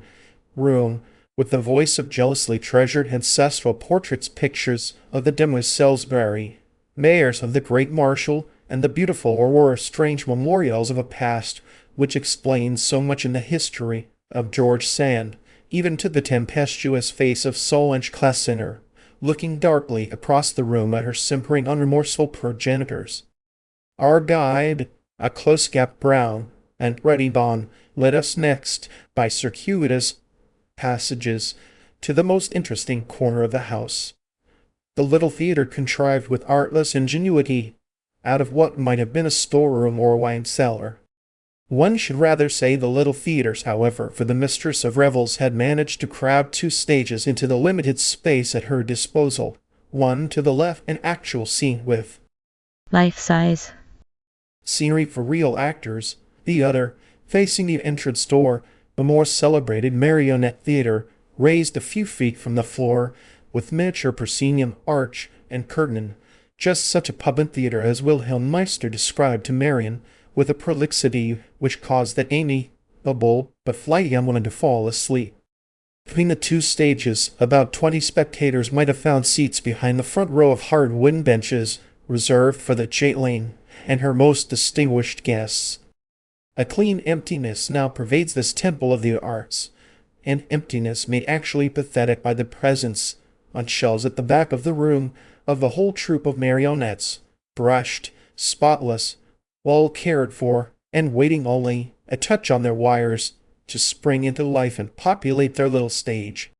There they stand in wistful rows, the Duenna, the Chimene, the Grand Coquette, Pantaloon, Columbine, and Harlequin, Neapolitan fishers, odalisques and peasants, brigands and soldiers of the guard, all carved with a certain rude vivacity, and dressed ingeniously and thriftily by the indefatigable fingers which drove the quill all night upstairs. It brought one close to that strange, unfathomable life, which only at no hint grows clear, shows bottom, as it were, closer still to be told by the red-brown bonnet. Monsieur Morris Had modelled many of his humorous peasant types on. Les gens du pays. Closest of all when she added, in answer to a question as to whether Madame Sand had really made the little frocks herself. Oh, yes, I remember seeing her at work on them, and helping her with it. I was 12 years old when she died. Here, then, was an actual bit of the no-hint tradition before us in robust and lively middle age. One of the Barachons whom George Sand loved and celebrated, and who loved and served her in return. For a moment it brought no hint within touch, yet the final effect of the contact, as one reflected on the vanished enthusiasms and ideals that George Sand's name revives, was the sense that the world of beliefs and ideas has seldom traveled so fast and far as in the years between. Indeed, Anna. And today, from Leicester, just south of Nohant, we turned due west along the valley of the Creuse through a country possessing some local fame for picturesqueness, but which struck us in its early spring nudity as somewhat parched and chalky looking, without sufficient woodland to drape its angles. It makes up, however, in architectural interest for what its landscape lacks, and not many miles beyond Leicester, the otherwise featureless little town of Neuvy, Saint Sepulchre presents one feature of unusual prominence. This is the ancient round church from which the place is named, one of those copies of the Church of the Holy Sepulchre at Jerusalem with which the returning Crusader dotted Western Europe. Aside from their intrinsic interest, these sepulchre churches have gained importance from the fact that but 3 or 4 are still extant. The most typical, that of Saint Benin at Dijon, has been leveled to a mere crypt, and that of Cambridge deviates from the type by reason of its octagonal dome, so that the church of Neuvy is of quite preeminent interest. A late Romanesque nave itself sufficiently venerable-looking to stir the imagination in its own behalf was appended in the early 13th century to the circular shrine. But the latter still presents to the dull old street its unbroken cylindrical wall, built close on 1,000 years ago, and surmounted, some 90 years later, by a second story with a Romanesque exterior or arcade. At this stage, however, one is left to conjecture, with the aid of expert suggestion, what manner of covering the building was meant to have. The present small dome, perched on the inner drum of the upper gallery, is an expedient of the most obvious sort, and their archaeologists have inferred that the thinness of this drum may have made a more adequate form of roofing impossible. To the idle sightseer, at any rate, the interior of the church is much more suggestive than its bare outer shell. We were happy enough to enter toward sunset, when dusk had gathered under the heavy encircling columns, and lights twinkled yellow on the central altar, which has so regrettably replaced the prow of the sepulchre. It was our added good fortune that a small train of the faithful, headed by a red-cassocked verger and a priest with a benignant massile and white head, were just making a circuit of the stations of the cross affixed to the walls of the aisle, and as we stood withdrawn, while the procession wound its way between shining altar and shadowy columns, some of the faces of the peasants seemed to carry us as far into the past as the strange symbolic masks on the capitals above their heads. But what carries one farthest of all is perhaps the fact, well known to modern archaeology, that their original church built by Constantine over the grotto tomb of Christ was not a round temple at all, but a vast basilica with semicircular apse. The Persians destroyed this building in the 7th century, and the Christians who undertook to restore it could do no more than round the circle of the apse, thus at least covering over the sacred tomb in the center. So swift was the succession of demolition and reconstruction in that confused and clashing age, so vague and soon obliterated were the records of each previous rule, that when the Crusaders came they found no memory of this earlier formation and carried back with them that model of the round temple, which was henceforth to stand throughout Western Europe as the venerated image of the primitive Church of Jerusalem.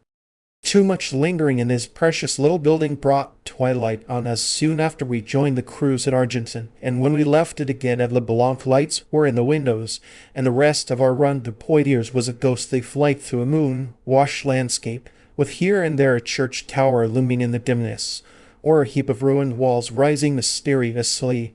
above the white bend of a river. We suffered a peculiar pang when a long roofed pile towering overhead told us that we were passing the great Benedictine Abbey of St. Savin, with its matchless lining of frescoes. But a certain mental satiety urged us on to Poitiers. Travelers accustomed to the marked silhouette of Italian cities to their immediate proffer of the picturesque impression often find the old French provincial towns lacking in physiognomy. Each Italian city, whether of the mountain or the plain, has an outline easily recognizable after individual details have faded, and it is obviously much easier to keep separate one's memories of Siena and Orvieto than of Bruges and Chartres. Perhaps, therefore, the few French towns with definite physiognomies seem the more definite from their infrequency, and Poitiers is foremost in this distinguished group. Not that it offers the distinctive garb of such bold hill towns as Angoulême or Laon. Though a hill town, in fact, it somehow makes next to nothing of this advantage, and the late Mr. Freeman was justified in grumbling at the lack of character in its skyline. That character reveals itself, in fact, not in any picturesqueness of distant effect in no such far-seen crown as the towers of Laon or the domes of Périgueux, but in the homogeneous interest of the old buildings within the city. The way they carry on its packed romantic history like the consecutive pages of a richly illuminated chronicle. The illustration of that history begins with the strange little Chapel of St. John, a baptistry of the 4th century, and accounted the earliest Christian building in France, though this applies only to the lower story, now virtually the crypt, the upper having been added some 300 years later, when baptism by aspersion had replaced the primitive plunge. Unhappily, the ancient temple has suffered the lot of the too highly treasured relic, and fenced about, restored, and converted into a dry little museum, has lost all that color and pathos of extreme age that make the charm of humbler monuments. This charm, in addition to many others, still clings to the expressive west front of Notre Dame la Grande, being the comparable little Romanesque church holding the center of the marketplace. Built of a dark gray stone which has taken on and been suffered to retain a bloom of golden lichen like the trace of ancient weather-worn gilding, it breaks, at the spring of its portal arches, into a profusion of serried, overlapping sculpture, which rises tier by tier to the splendid Christ triumphant of the crowning gable, yet never once crowds out and smothers the structural composition as Gothic ornament in its most exuberant phase was wont to do. Through all its profusion of statuary and ornamental carving, the front of Notre Dame preserves that subordination to classical composition that marks the Romanesque of southern France. But between the arches, in the great spandrels of the doorways, up to the typically pointed scales of the beautiful arcaded angled turrets, what richness of detail, what splendid play of fancy. After such completeness of beauty as this little church presents for its nave and transept tower are no less admirable than the more striking front, even such other monuments as Poitiers has to offer must suffer slightly by comparison. St. Hilaire-le-Grand, that notable 11th century church, with its triple aisles, and its nave roofed by cupolas, and the lower lying temple of St. Radegond, which dates from the Merovingian queen from whom it takes its name, have both suffered such repeated alterations that neither carries the imagination back with as direct a flight as the slightly less ancient Notre Dame, and the cathedral itself, which one somehow comes to last in an enumeration of the Poitiers churches, is a singularly charmless building. Built in the 12th century by Queen Eleanor of Guyenne, at the interesting moment of transition from the round to the pointed arch, and completed later by a wide sprawling Gothic front, it gropes after and fails of its effect both without and within. Yet it has one memorable possession in its 13th century choir stalls, almost alone of that date in France, tall, severe sheaths, their backs formed by pointed arches with delicate lower-leaf carvings between the spandrels.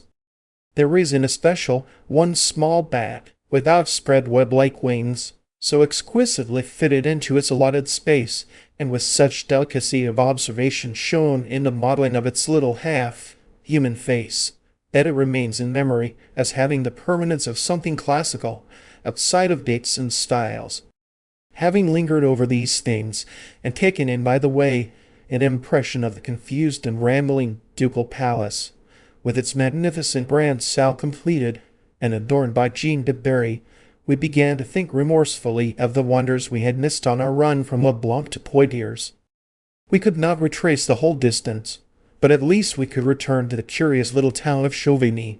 of which we had caught a tantalizing glimpse above the moonlit curve of the Vivien. We found it by day no less suggestive and full of unsuspected riches. Of its two large Romanesque churches, the one in the lower town, beside the river, is notable without for an extremely beautiful arcaded apse, and contains within a striking fresco of the 15th century, in which Christ is represented followed by a throng of the faithful kings, bishops, monks, and clerks who helped to carry the cross. The other and larger church, planted on the summit of the abrupt escarpment which lifts the hot ville above the Vienne, has a strange body guard composed of no fewer than 5 feudal castles, huddled so close together on the narrow top of the cliff that their outer walls almost touch. Black, in that open country of easily fortified points, doubtless drove the bishops of Poitiers, who were also barons of Chauvigny, into this strange defensive alliance with 4 of their noble neighbors, and one wonders how the 5-sided menage kept the peace when local disturbances made it needful to take to the rock. The gashed walls and ivy-draped dungeons of the rival ruins make an extraordinarily romantic setting for the curious church of Saint Pierre, staunchly seated on an extreme ledge of the cliff, and gathering under its flank the handful of town within the fortified circuit. There is nothing in architecture so suggestive of extreme age, yet of a kind of hale durability, as these thick-set Romanesque churches, with their prudent vaulting, their solid central towers, the close, firm grouping of their apsidal chapels. The Renaissance brought the classic style into such permanent relationship to modern life that 11th century architecture seems remoter than Greece and Rome, yet its buildings have none of the perilous frailty of the later Gothic, and one associates the idea of romance and ruin rather with the pointed arch than with the round. Saint Pierre is a singularly good example of this stout old school, which saw the last waves of barbarian invasion break at its feet, and seems likely to see the ebb and flow of so many other tides before its stubborn walls go under. It is in their sculptures, especially, that these churches reach back to a dim and fearful world of which few clues remain to us. The mysterious, baleful creatures peopling their archivolts and capitals seem to have come out of some fierce vision of Cenobite temptation, when the hermits of the desert fought with the painted devils of the tombs. The apsidal capitals of Saint Pierre are a very menagerie of such strange demons, evil beasts, grinning and mocking among the stocky saints and angels who set forth, unconcerned by such hideous propinquity, the story of the birth of Christ. The animals are much more skillfully modeled than the angels, and at Chauvigny, one slender monster, with greyhound flanks, subhuman face, and long curved tail ending in a grasping human hand, haunts a memory as an embodiment of subtle malevolence. Roman 2. Poitiers to the Pyrenees. The road from Poitiers to Angoulême carries one through a country rolling in various and line of country with a dash of Normandy in it, but facing south instead of west. The villages are fewer than in Normandy, and make less mark in the landscape, but the way passes through 2 drowsy little towns, Civray and Ruffet, each distinguished by the possession of an important church of the typical Romanesque of Poitou. That at Sivray, in particular, is remarkable enough to form the object of a special pilgrimage, and to find it precisely in one's path seemed part of the general brightness of the day.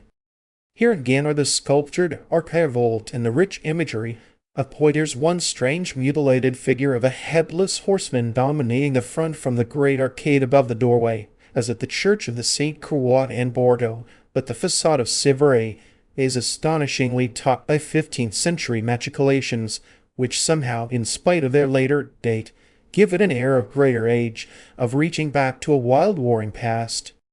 Angoulême, set on a promontory between Charente and Anguin, commands to the north, south, and east a vast circuit of meadowy and woody undulations. The interior of the town struck one as dull and without characteristic detail, but on the front of the 12th century cathedral, perched near the ledge of the cliff above the Anguin, detail abounds as profusely as on the facade of Notre Dame at Poitiers. It is, however, so much less subordinate to the general conception that one remembers rather the garlanding of archivolts, the clustering of figures in countless niches and arcades, than the fundamental lines which should serve to bind them together, and an interior, roofed with cupolas after the manner of Saint Hilaire of Poitiers, is singularly stark and barren looking. But when one has paid due tribute to the cathedral, one is called on, from its doorway, to recognize Angoulême's other striking distinction, its splendid natural site, and the way in which art has used and made the most of it. Starting from a long leafy curve with private hotels, a great avenue curves about the whole length of the walls, breaking midway into a terrace boldly hung above the valley, and ending in another leafy place, beneath which the slope of the hill has been skilfully transformed into a public garden. Angoulême now thrives on the manufacture of paper, and may therefore conceivably permit herself such city adornments. But how have many small hill towns of France, such as Lyon or Thiers, for instance, which apparently have only their past glory to subsist on, yet managed to lead up the admiring pilgrim by way of these sweeping approaches, encircling terraces, and symmetrically planted esplanades? One can only salute once again the invincible French passion for form and fitness, and conclude that towns as well as nations somehow always manage to give themselves what they regard as essential, and that happy is the race to whom these things are the essentials. On leaving Angoulême that afternoon, we saw the first cypresses and the first almond blossoms. We were in the south at last, not the hot, delicately penciled Mediterranean south, which has always a hint of the east in it, but the temperate Aquitanian made cooled by the Gulf of Gascony. As one nears Bordeaux, the country grows less broken, the horizon line flyer. But there is one really noble impression when, from the bridge of Saint André de Cubzac, one looks out on the lordly sweep of the Dordogne, just before it merges its waters with the Garonne to form the great estuary of the Giron. Soon after comes an endless dusty faubourg, then the long stone bridge over the Garonne, and the proud river-front of Bordeaux, a screen of 18th century buildings stretched along the crescent-shaped quay. Bordeaux, thus approached, has indeed, as the guide book says, Fort Grand Air, and again one returns thanks to the motor, which almost always, avoiding the mean purlieus of the railway station, gives one these romantic or stately first impressions. This river-front of Bordeaux is really little more than the architectural screen, a street or two deep, of a bustling, bright but featureless commercial town which, from the Middle Ages to the close of the 18th century, seems to have crowded all its history along the curve of the Garonne.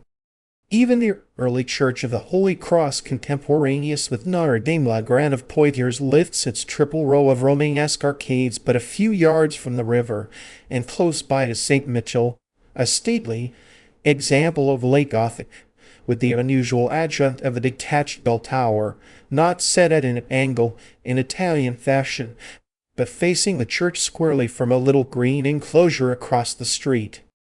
But these vestiges of old Bordeaux, in spite of their intrinsic interest, are on the whole less characteristic, less personal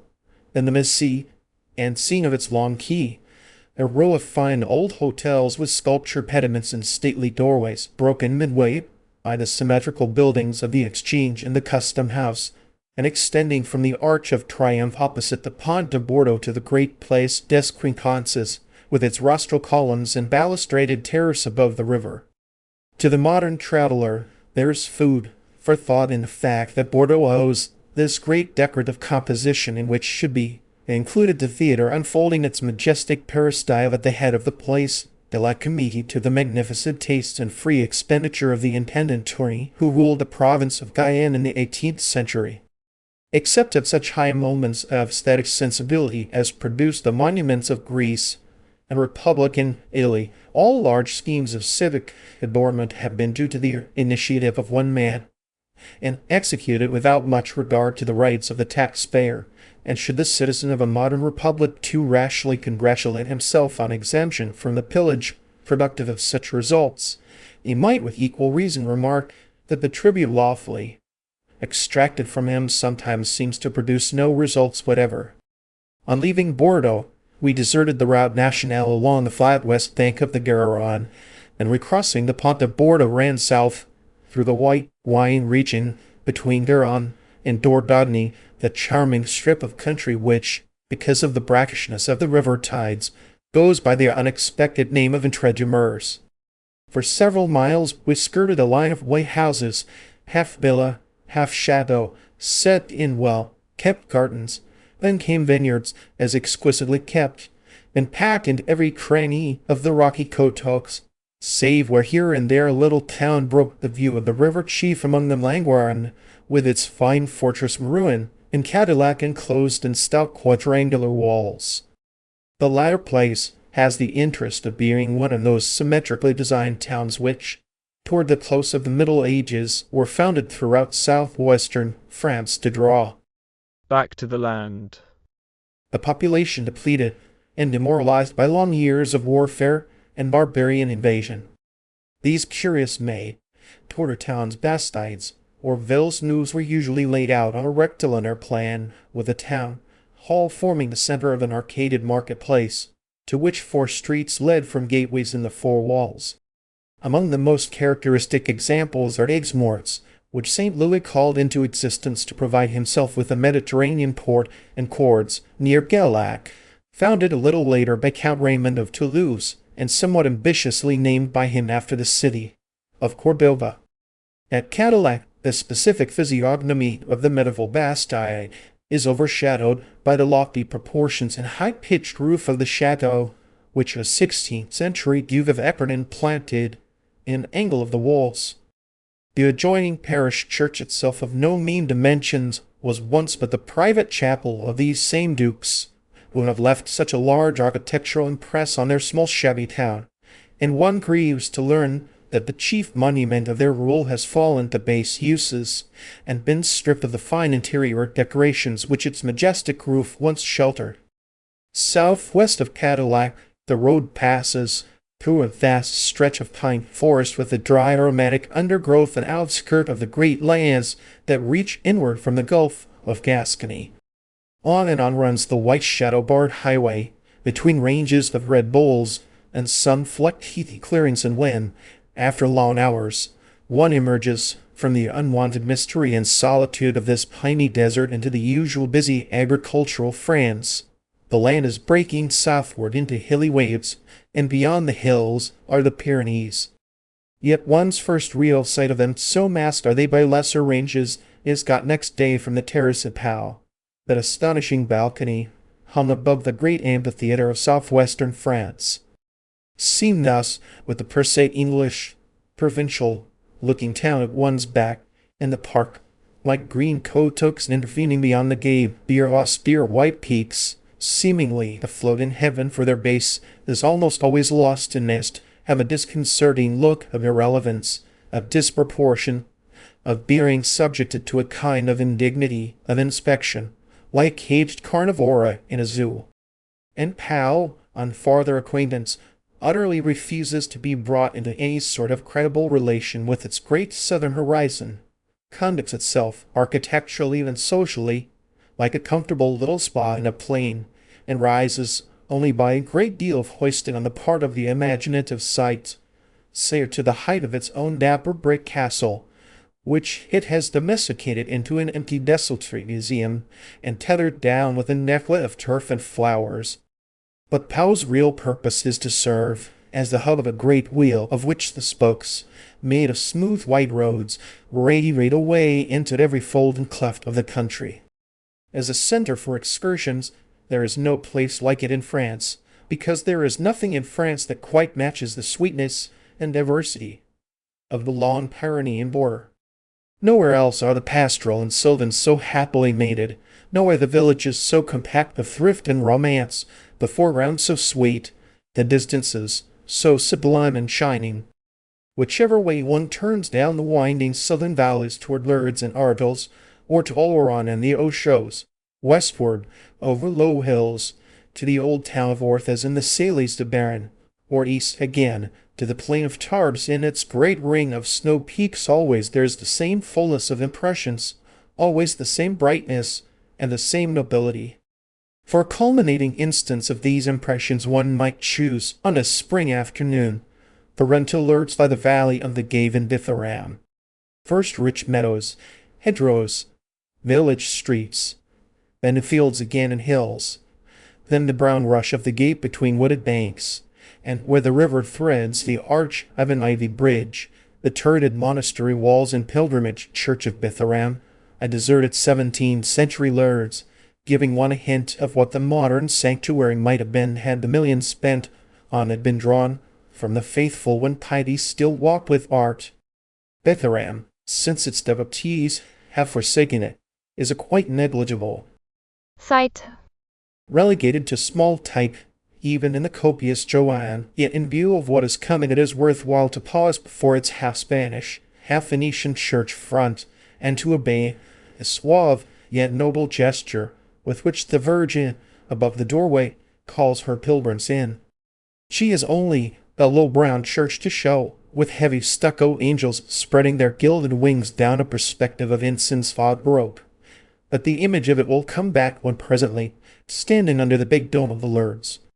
Basilica. one gives thanks that modern piety chose to build its own shrine instead of laying hands on an old one. There are two Lourdes, the grey and the white. The former, undescribed and unvisited, is simply one of the most picturesque and feudal-looking hill villages in Europe. Planted on a steep rock at the mouth of the valley, the mountains pressing it close to the west and south, it opposes its unbroken walls and stern old keep to the other, the white town sprawling on the riverbank, the town of the Basilica, the Rosary, the Grotto, a congeries of pietistic hotels, pensions, peddlers' booths, and panoramas, where the Grand Hotel du Casino, or du Palais, adjoins the Pension de la Première Apparition, and the blue sash Vierge de Lourdes on the threshold calls attention to the electric light and to juniper petite tables within.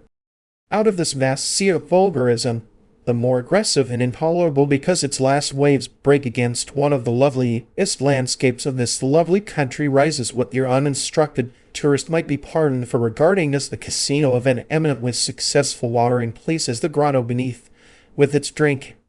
fountains, baths, waddling, taps, and boutiques, might stand for the source or Brunnen,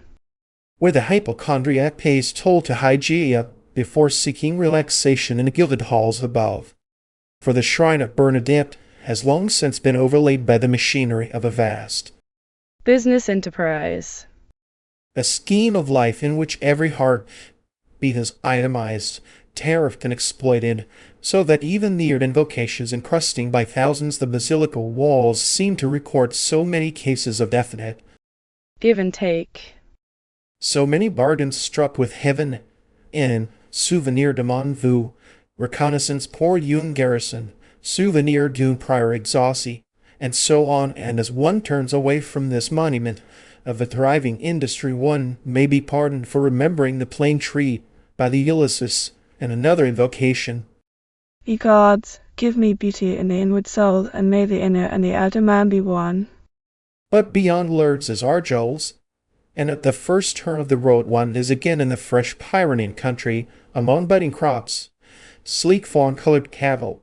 and the grave handsome peasantry who make one feel that the devotional villa one has just left is a mushroom, growth quite unrelated to the life of industry to which these agricultural landscapes testify. There is always an added interest, architectural and racial, about the border regions where the idiosyncrasies of one people run, as it were, into those adjoining, and a key to the character of each is given by noting precisely what traits have survived in transplantation. Pyreneans have a certain Spanish seriousness, but so tempered by gallant good humor that their dress recalls the perfectly mingled courtesy and self-respect of the Tuscan peasant. One feels in it, at any rate, the result of an old civilization blent with independence and simplicity of living, and these bold handsome men, straight of feature and limb, seem the natural product of their rich hill country, so disciplined by industry, yet so romantically free. Argos is a charming old hill town, which has kept itself quite aloof from the new watering place of Gazust in the plain, but the real object of the excursion lies higher up the valley, in a chestnut forest on the slope of the mountains. Here the tiny village of St. Savin swarms beal, like about its great Romanesque church and naked massive structure, like the skeleton of some prehistoric animal half emerging from the rock. Old as it is rooted in remains of greater antiquity. The fallen walls of an abbey of Charlemagne's building itself raised, the legend runs, on the site of a Roman villa which once served as the hermitage of Saint Savin, son of a count of Barcelona. It has been the fate of too many venerable architectural relics to sacrifice their bloom of Vetus to the scrupulous care which makes them look like conscious cosseted old ladies, of whom their admiring relatives say, "Should you ever suspect her age?" And only in such remote monuments as that of St. Savin does one get the sense of undisguised antiquity, of a long stolid existence exposed to every elemental influence. The result is an impression of rugged, taciturn strength, and of mysterious memories striking back, as in the holy water basin of the transepts and the uncouth capitals of the chapter house, to those dark days when Christian civilization hung in the balance, and the horn of rural sounded down the pass. But a medieval church is always more or less in the order of nature. There is something more incongruous about a medieval watering place. Yet the Pyrenees abound in them, and a quarter farther up the same valley, the monks of this very monastery of St. Savin maintained, in the 10th century, habitations to facilitate the use of the baths. Of the original quarters, however, little remains, and to get an impression of an old villa one must turn westward from Pau, and strike across the hills, by ways of exceeding beauty, to the Salles de Baron. The frequentation of these saline springs dates back as far as the monkish charter of Cotteretz.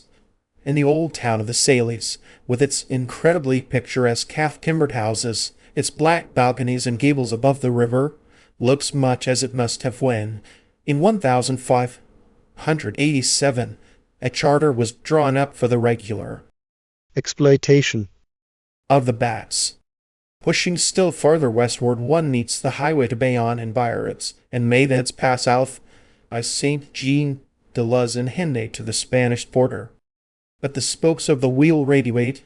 in so many different directions, and lead to scenes so extraordinarily varied, from the savage gorge of the Ochos to the smiling vale of Saint Jean Pied de Port, from the romantic pass of the Pied de Roland to Fontarabia, perched like a painted Spanish virgin on its rock above the Gulf of Gascony, that to do them any sort of justice a comet flight of the motor would have to be bound down to an orbit between Bidasoa and Garonne. Familiarity cannot blunt the wonder of the climb from Pau to the crest of the hills above Tarbes. Southward the Pyrenees unfold themselves in a long line of snows, and ahead every turn of the road gives a fresh glimpse of wood and valley, of thriving villages and farms, till the last jut of the ridge shows Tarbes far off in the plain, with the dim folds of the Cevennes clouding the eastern distance. All along the northeastern skirt of the Pyrenees runs the same bright and opulent country, and at the old market town of Montreux, where the Garonne cuts its way down the Vale of Luton, there is just such a fortunate grouping of hill and river and distant high-perched ruin as our grandparents admired in landscapes of the romantic school. It was our good luck to enter Montreux on Easter Monday, while the market was going on, and the narrow streets were packed with mild cream-colored cattle and their lively blue smock drivers. Great merriment and general good humor marked our passage through the town to the big inn with its open galleries and old-fashioned courtyard, and here the dining room being as packed as the streets. Our table was laid in a sunny, old-walled garden full of spring flowers and clipped yews. It seemed impossible that any incident of the afternoon should be quite at the height of this gay repast, consumed in fragrance and sunshine. But we began to think differently when, an hour or two later, we took the first curve of the long climb to St. Bertrand and to Comminges.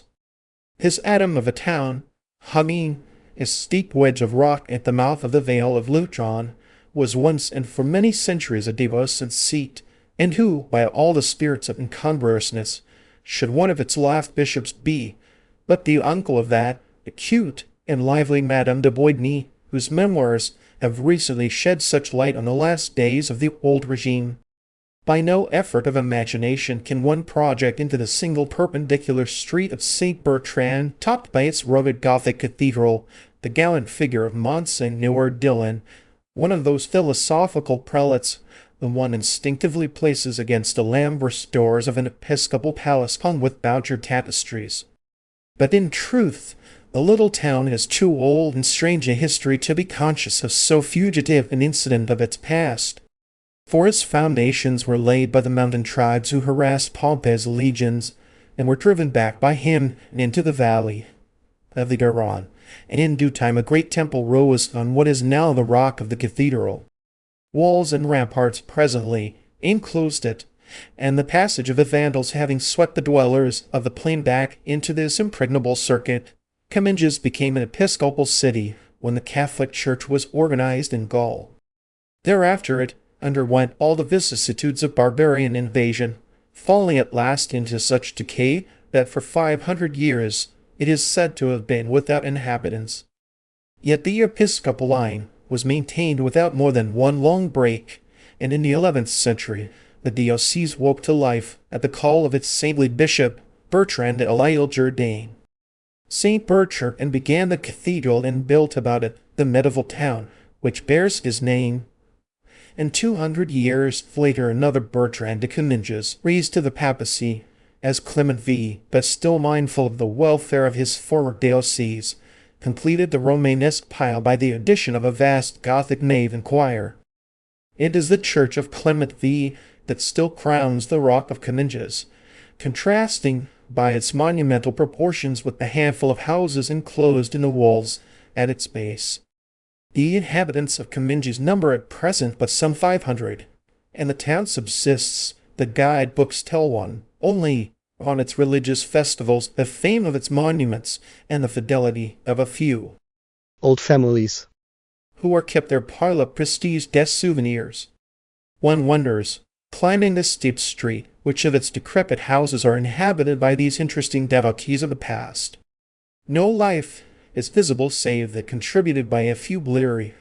old women squatted under moldering arches, and a firefly gaze of children about the stony square before the church, and the church itself seems withdrawn immeasurably far into the past, sunk back upon dim, ancient memories of Gaul and Visigoth. One gets an even intenser sense of these distances from the little cloister wedged against the church, blank and overhanging the radiant valley of the Garonne, a queer Crampton sea with squat arches supported by monster girdle capitals, and in one case by a strange group of battered figures, supposedly the four evangelists, one of whom, the St. John, is notable in Romanesque archaeology for bearing in his arms the limp lamb which is his attribute. The effect of antiquity is enhanced, as at St. Savine, by the beneficent neglect which has allowed the exterior of the building to take on all the scars and hues of age, so that one comes with a start of surprise on the rich and carefully tended interior, where a brilliant bloom of Renaissance decoration has overlaid the stout Gothic framework.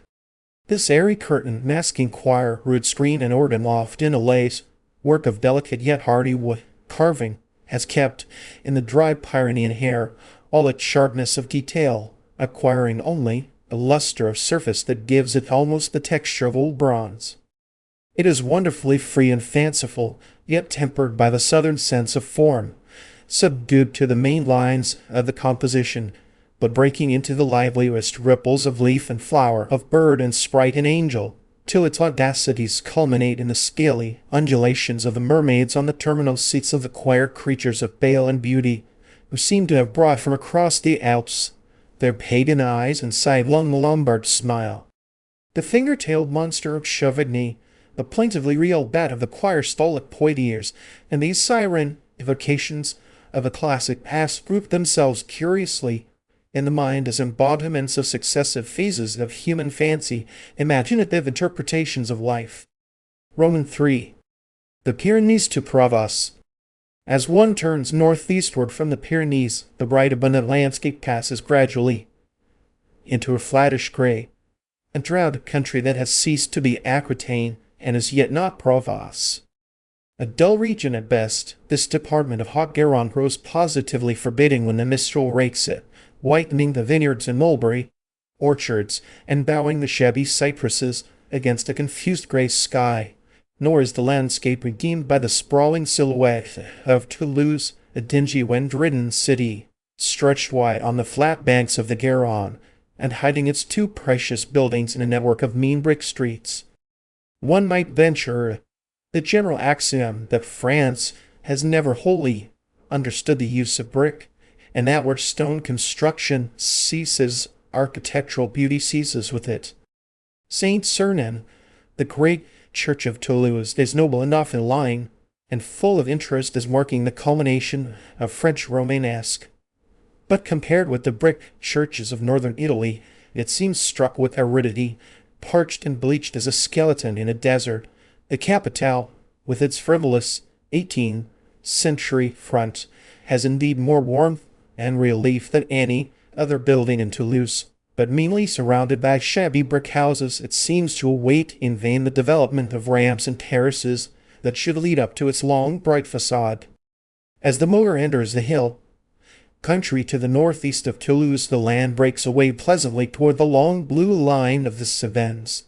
and presently a deep cleft fringed with green reveals the nearness of the Tarn, that strange river gnawing its way through cheesy perpendicular banks. Along these banks, fantastic brick towns are precariously piled. L'Île-sur-Tarn, with an octagonal brick belfry and rabasons, raised on a series of bold, arcaded terraces, which may be viewed to advantage from a suspension bridge high above the river. Aside from its exceptionally picturesque site, Rabasons is notable for a curious brick church with fortified tower and much restored 14th century frescoes, clothing its interior, or like a dim richly woven tissue. But beyond Rabasons lies Albi, and after a midday halt at Gaillac, most desolate and dusty of towns, we pressed on again through the parched country. Albi stood out at length upon the sky, a glaring mass of houses stacked high above the deep cleft of the Tarn. The surrounding landscape was all dust and dazzle. The brick streets were funnels for the swooping wind, and high up against the blinding blue rose the flanks of the brick cathedral, like those of some hairless pink monster that had just crawled up from the river to bask on the cliff. This first impression of an animal monstrosity, of an unwieldy, antediluvian mass of flesh, is not dispelled by a near approach.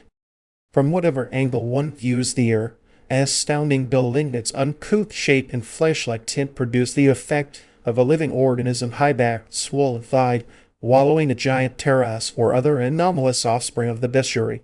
And if one rejects the animal analogy as too grotesque, to what else may one conceivably compare it?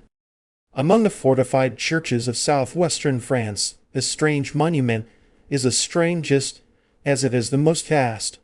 and none of the accepted architectural categories seems to fit its huge vaulted hall buttressed with tall organ-type turrets, and terminating to the west in a massive dungeon-like tower flanked by pepperpot pinnacles. The interior of the great secular-looking salle is covered by an unbroken expanse of mural painting and encrusted, overgrown almost from the choir and ambulatory to the arches of the lateral chapels, with a prodigious efflorescence of late Gothic wood, carving and sculpture, half Spanish in its dusky gray-brown magnificence. But even this excess of ecclesiastical ornament does not avail to Christianize the church. There is a pagan, a Saracenic quality about it that seems to overflow from its pinnacle-flushed exterior. To reach Carcassonne from Alba, one must cross the central mass of this event. The way leads first, by hill and dale, through a wooded northern-looking landscape, to the town of Casters, distinguished by a charming Hôtel de Ville, with a box-planted garden said to have been laid out by Leonardo, and soon after Casters the Waldridge steeps break away in widening undulations as the road throws its loops about the sides of the Montagne, noir black hollows deepening busily below, and long gray vistas unfolding between the crowded peaks. Unhappily, a burrasque enveloped us before we reached the top of the pass, so that we lost all the beauty of the long southern descent to Carcassonne, and were aware of it only as a distant tangle of lights in the plain, toward which we groped painfully through wind and rain.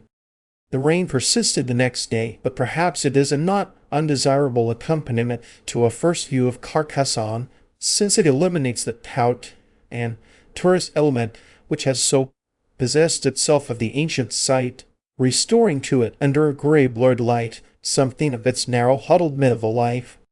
He who has gone there with wrath in his heart against Violet Leduc may even, under these mitigating conditions, go so far as to think that the universal restorer has for once been justified by his results, that, granting in advance the possibility of innumerable errors of detail, his brilliant hypothesis still produces a total impression of reality. Perhaps, too, all the floating tags of literary medievalism, the irresistible connotations of keep and rampart and portcullis help out the illusion, animate this serried little burg, and people it with such figures as Dante walked among when Bellinch and Bertie Whitcourt with Leonard. At any rate, the impression is there for those who have the hardihood to take it there all the more palpably, on a day of such unbroken rain, when even the official custodians hug their stove,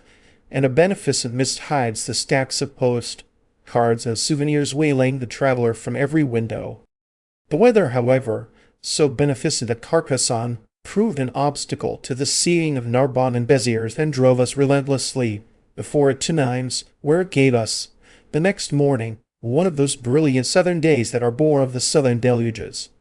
Here was Provence at last dry, clear-edged, classic, with a sky like blue marble, low red hills tufted by olives, stony hollows with thin threads of stream, and a sun that picked out in gold the pure curves of the Mason Carry. Among the Greek towns of the Mediterranean, there is none as Greek, or to speak more precisely, as Gerso-Roman as Nimes.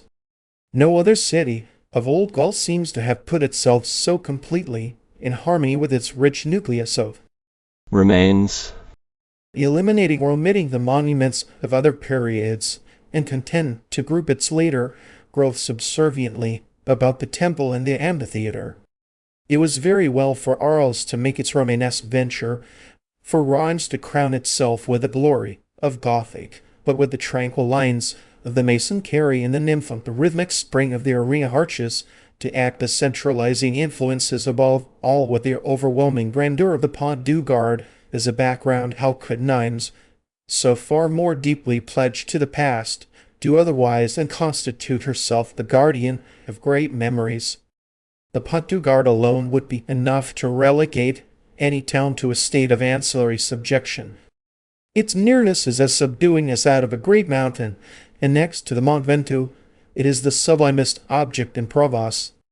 The solitude of its site, and the austere lines of the surrounding landscape, make it appear as much on the outer edge of civilization as when it was first planted there,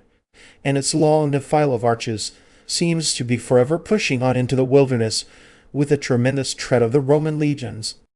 One of the charming oppositions of French travel, one may return from this classic pilgrimage through the medieval town of Uzes, and as if such contrasts were not fruitful enough, may pause on the way to smile at the fantastic Chateau d'Angevillers, a half-ruined 18th century Folly.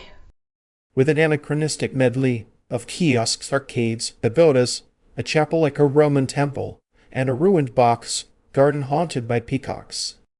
Uzes itself, a steep town clustered about the ducal keep of the Cressals, has a stately terrace above the valley, and some fine 18th century houses and shabby streets is sufficiently swept, but its chief feature is of course the castle which, planted protectingly in the center of the town, thrusts up its central dungeon over a fine feudal jumble of subsidiary masonry. From Nines to the Mediterranean, the impressions are packed too thick.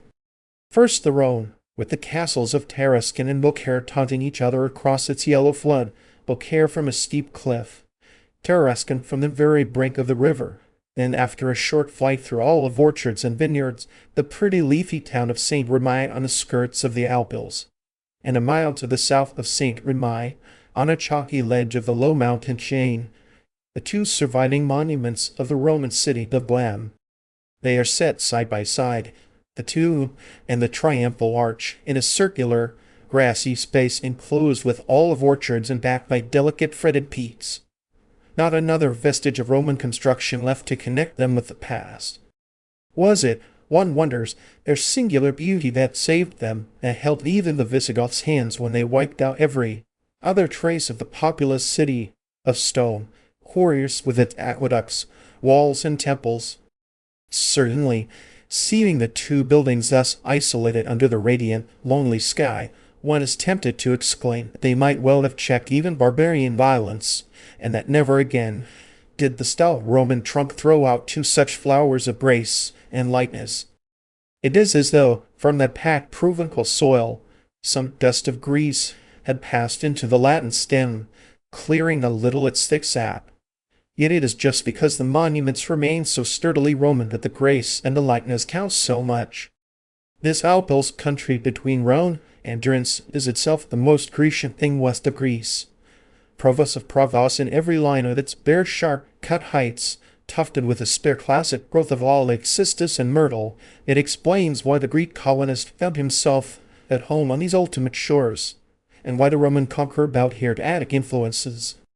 Pushing southeast from Saint Remy, one comes, through a broadening landscape, to the old town of Salon, where Nostradamus is buried, and thence, by a winding road among the hills, to the wide valley where Aix-en-Provence lies encircled in mountains.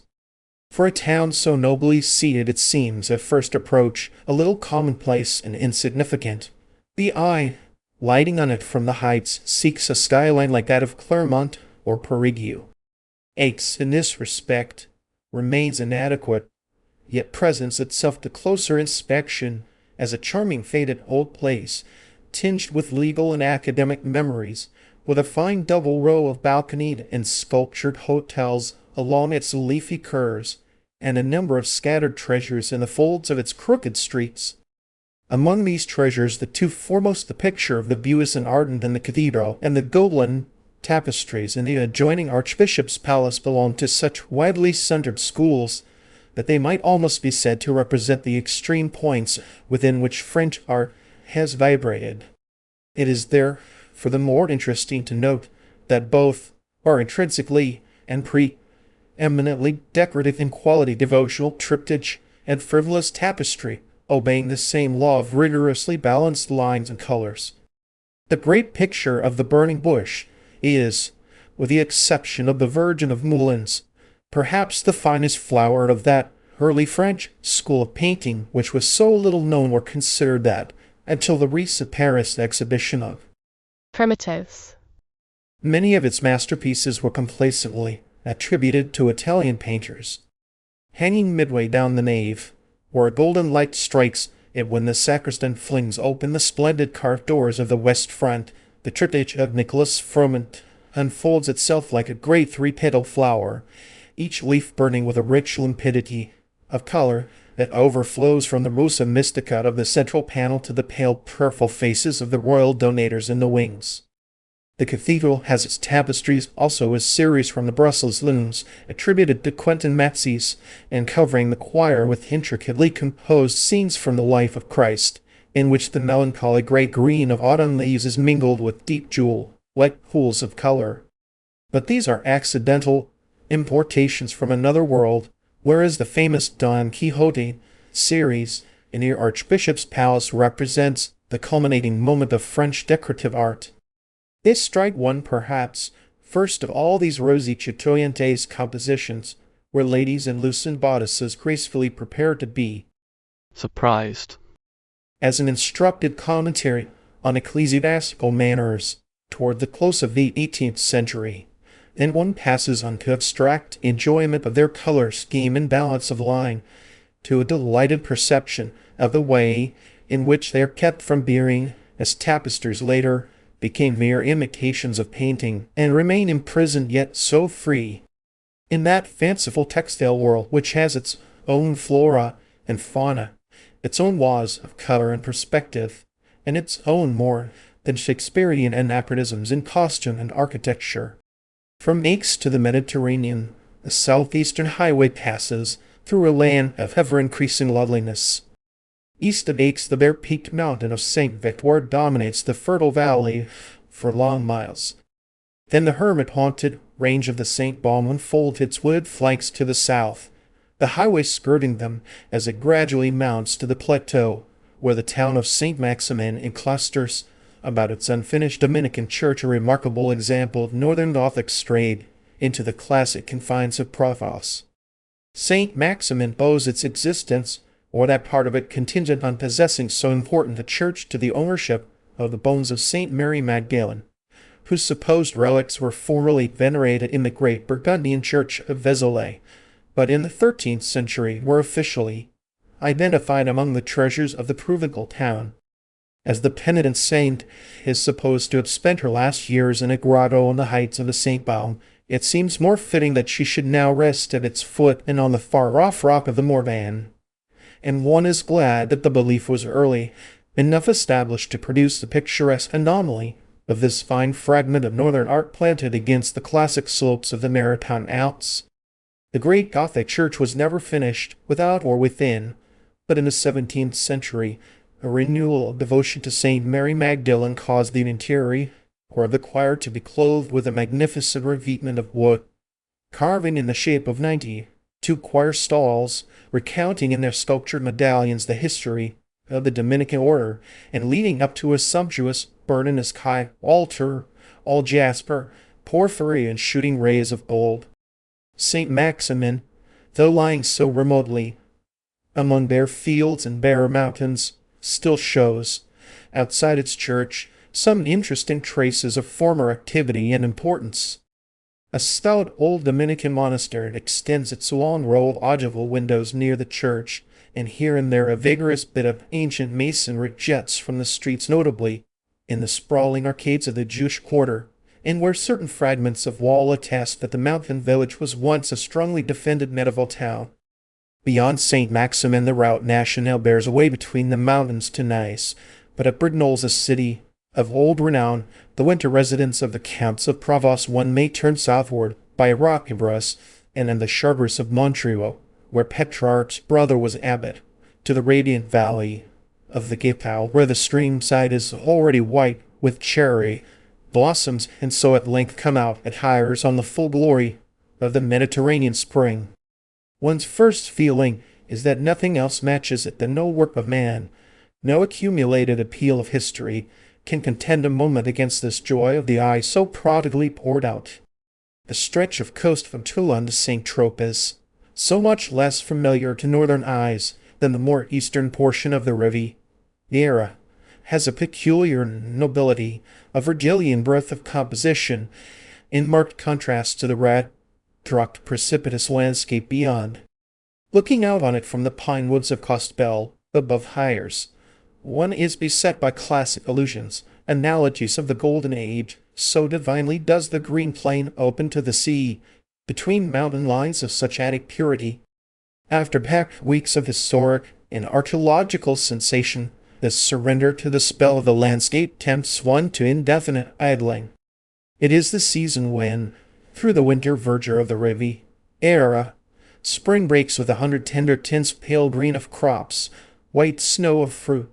blossoms, and fire of scarlet tulips under the grey smoke of olive groves. From heights among the cork trees, the little towns, huddled about their feudal keeps, blink across the pine forests at the dazzling blue and purple indentations of the coast. And between the heights mild valleys widen down valleys, with fields of roses, acres of budding vine, meadows sown with narcissus, and cold streams rushing from the chestnut forests below the bald, grey peaks. Among the peaks are lonely hermitages, ruined remains of old monastic settlements, Carthusian and Benedictine, but no great names are attached to these fallen shrines, and the little towns below have no connection with the main lines of history. It is all a tranquil backwater, thick with local tradition, little floating fragments of association and legend, but art and history seem to have held back from it, as from some charmed Elysian region, too calm, too complete, to be rudely touched to great issues. It was the mistral that drove us from this Eden, poisoning it with dust and glare, and causing us to take refuge north of the sea. Bored Alps. There, in a blander air and on a radiant morning, we left Aix behind and followed the Durance to Avignon. Approaching the papal city from the east, one may get a memorable impression by following the outer circuit of its walls to the Porte de Eluel, which opens on the Place Crillon just below the great rock of the palace. Seen thus from without, Avignon is like a toy model of a medieval city, and this impression of artificial completeness is renewed when, from the rock-perched terrace below the palace, one looks out on the Rhone Valley and its enclosing amphitheater of mountains. In the light provincial air, which gives a finely penciled precision to the remotest objects, the landscape has an extraordinarily topographical character, an effect of presenting with a pre-Raphaelite insistence on detail its sharp-edged ruins, its turreted bridge, its little walled towns on definite points of rock. The river winding through the foreground holds its yellow curve between thin fringes of poplar and sharp calcareous cliffs, and even the remoter hills have the clear silhouette of the blue peaks and medieval miniatures, the shoulder of the Mont Ventoux rising above them to the north with the firmness of an antique marble. The southern keenness of edge gives, even to the Gothicism of the piled-up church and palace, an exotic trans-alpine quality, and makes the long papal ownership of Avignon lasting. It is well to remember, till the general upheaval of 1790, a visible and intelligible fact. Though the popes of Avignon were Frenchmen, Avignon is unmistakably, almost inexplicably, Italian. Its Gothic vaguely suggests that of the Ponte Sant'Angelo, of the fortified arches and tunes of medieval Rome, and reconciles itself as easily to the florid facade of the 17th century papal mint in the square below as to the delicate classic detail of the west door of the church. Rome, but imperial, well, not papal Rome, was still in the air as we left Avignon and followed the Rhone Valley northward to Orange. All this part of France is thick with history, and in the ancient principality of Orange the layers are piled so deep that one wonders to see so few traces of successive dominations in the outward aspect of its capital. Only the Rome of the emperors has left a mark on the town, which lived with so vigorous and personal life from the days when it was a Gaulish city and a trading station of Massilio Greeks, and which, when it grew too small for its adventurous brood, sent rulers to both shores of the North Sea, and the fact that the theatre and the arch survive, while the orange of Carlovingian bishops and medieval princes has been quite wiped out, and even Maurice of Nassau's great 17th century fortress razed to the ground, this permanence of the imperial monuments, rising unshaken through the blown dust of nearly 1,000 years, gives a tangible image of the way in which the Roman spirit has persisted through the fluctuations of history. To learn that these very monuments have been turned to base uses by barbarous prince bishops, the arch converted into a fortified Chateau de l'Arc, the theatre into an outwork of the main fortress, adds impressiveness to their mutilated splendor, awing one with the image of a whole reconstructed from such fragments. Among these, the theatre, now quite stripped of ornament, produces its effect only by means of its size, and of the beautiful sweep of its converging lines, but the great golden, brown arch standing alone in a wide grassy square, keeps on three sides a Corinthian mask of cornice and column, and a rich embossing of fruit and flower, garlands of sirens, trophies, and battle scenes. All this decoration is typically Roman, vigorously carved and somewhat indiscriminately applied. One looks in vain for the sensitive ornament of the Arch of St. Remi, in which Merimy's keen eye saw a germ of becoming Gothic. The sculpture of orange follows the conventional lines of its day, without showing a hint of new forms. But that very absence of imaginative suggestion makes the Roman and imperial to the core. Ahead of us, all the way from Avignon to Orange, the Mont Ventoux lifted into the pure light its denuded flanks and wrinkled silvery lilac summit. But at Orange we turned about its base and bore away northeastward through a broken country rimmed with hills, passing by Chillet, the seat of the Cluny-back foundation of which the great rover Julius Romantou was prince and prior, and by Vaurias, which under the popes of Avignon became the capital of the Haut Comtat, the French papal dominion in France. Like too many old towns in this part of France, Vaurias, once a strongly fortified place, has suffered its castle to fall in ruins, and swept away its towers and ramparts to make room for boulevards, as though eager to efface all traces of its long-crowded past. But one such trace nearer at hand and of more intimate connotations remains in the Hôtel de Simeon, now the Hôtel de Ville, but formerly the house of that Marquis de Simeon who married Pauline de Grigny, the granddaughter of Madame de Sévigné. This is the first reminder that we are in the Grignian country, and that a turn of the road will presently bring us in full view of that high-perched castle where the great lieutenant, governor of Provence, Madame de Sévigné's son-in-law, dispensed an almost royal hospitality and ruled with more than royal arrogance. The Comte de Grignan was counted a proud man, and there was much to foster pride in the sight and aspect of his ancestral castle, see Château Royal de Grignan. If Italy, and Papal Italy, has been in one's mind at every turn of the way from Avignon to Chillet, it seems actually to rise before one as the great ruin, springing suddenly from its cliff in the plain, evokes a not too audacious comparison with the rock of Caparola. In France, at least, there is perhaps nothing as suggestive of the fortified pleasure houses of Italy as this gallant castle on the summit of its rock, with the town clustering below, and the vast terrace before it actually forming the roof of its church. And the view from the terrace has the same illimitable sun-washed spaces, flowing on every side into noble mountain forms, from the Mont Ventoux in the south to the range of the Ardèche in the west. The ancient line of Hammer, created Counts of Grignan by Henry Romantou, had long been established on their rocky pedestal when they built themselves, in the 16th century, the magnificent Renaissance facade of which only the angle towers now subsist. Later still, they added the great gallery lined with full-length portraits of the Hammer, and under Louis, Roman XIV,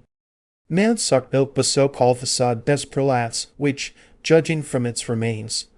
did not yield in stateliness to any of the earlier portions of the castle. From this side, a fine flight of double steps still descends to a garden set with statues and fountains, and beyond it lies a vast stone terrace which forms the roof of the collegial church, and is continued by a chemin de ronde crowning the lofty ramparts on the summit of the rock.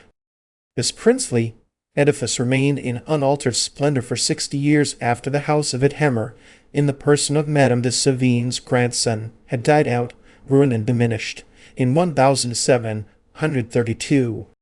But when a revolution broke, old memories of the Comte de Grignan's dealings with his people, of unpaid debts, extorted loans, obscure lives devoured by the greedy splendor on the rock, all these recollections, of which one may read the record in various family memoirs, no doubt increased the fury of the onslaught which left the palace of the Hammer a blackened ruin. If there are few spots in France where one more deeply resents the senseless havoc of the revolution, there are few where, on second thoughts, one so distinctly understands what turned the cannon on the castle. The son-in-law of Madame de Sévigné was the most exorbitant, as he was the most distinguished of his race, and it was in him that the splendor and disaster of the family culminated.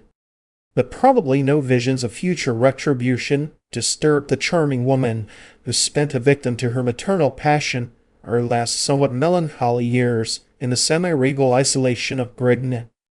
No one but Lebriar seems in that day to have noticed that swarthy livid animal crouched over the soil, which he digs and turns with invincible obstinacy, but who, when he rises to his feet, shows a human countenance. Certainly he could not be visible, toiling so far below, from that proud terrace of the Edheimer which makes the church its footstool. Least of all would he be perceptible to the eyes on other lines so discerning, of the lady whose gaze, when not on her daughter's face, remained passionately fixed on the barrier of northern mountains and the highway that ran through them to Paris. Paris! Grignan seems far enough from it even now. What an Ultima Thule, a land of social night, it must have been in the days when Madame de Sévigné's heavy traveling carriage had to bump over 600 miles of rutty road to reach the doors of the Hotel Carnavalet.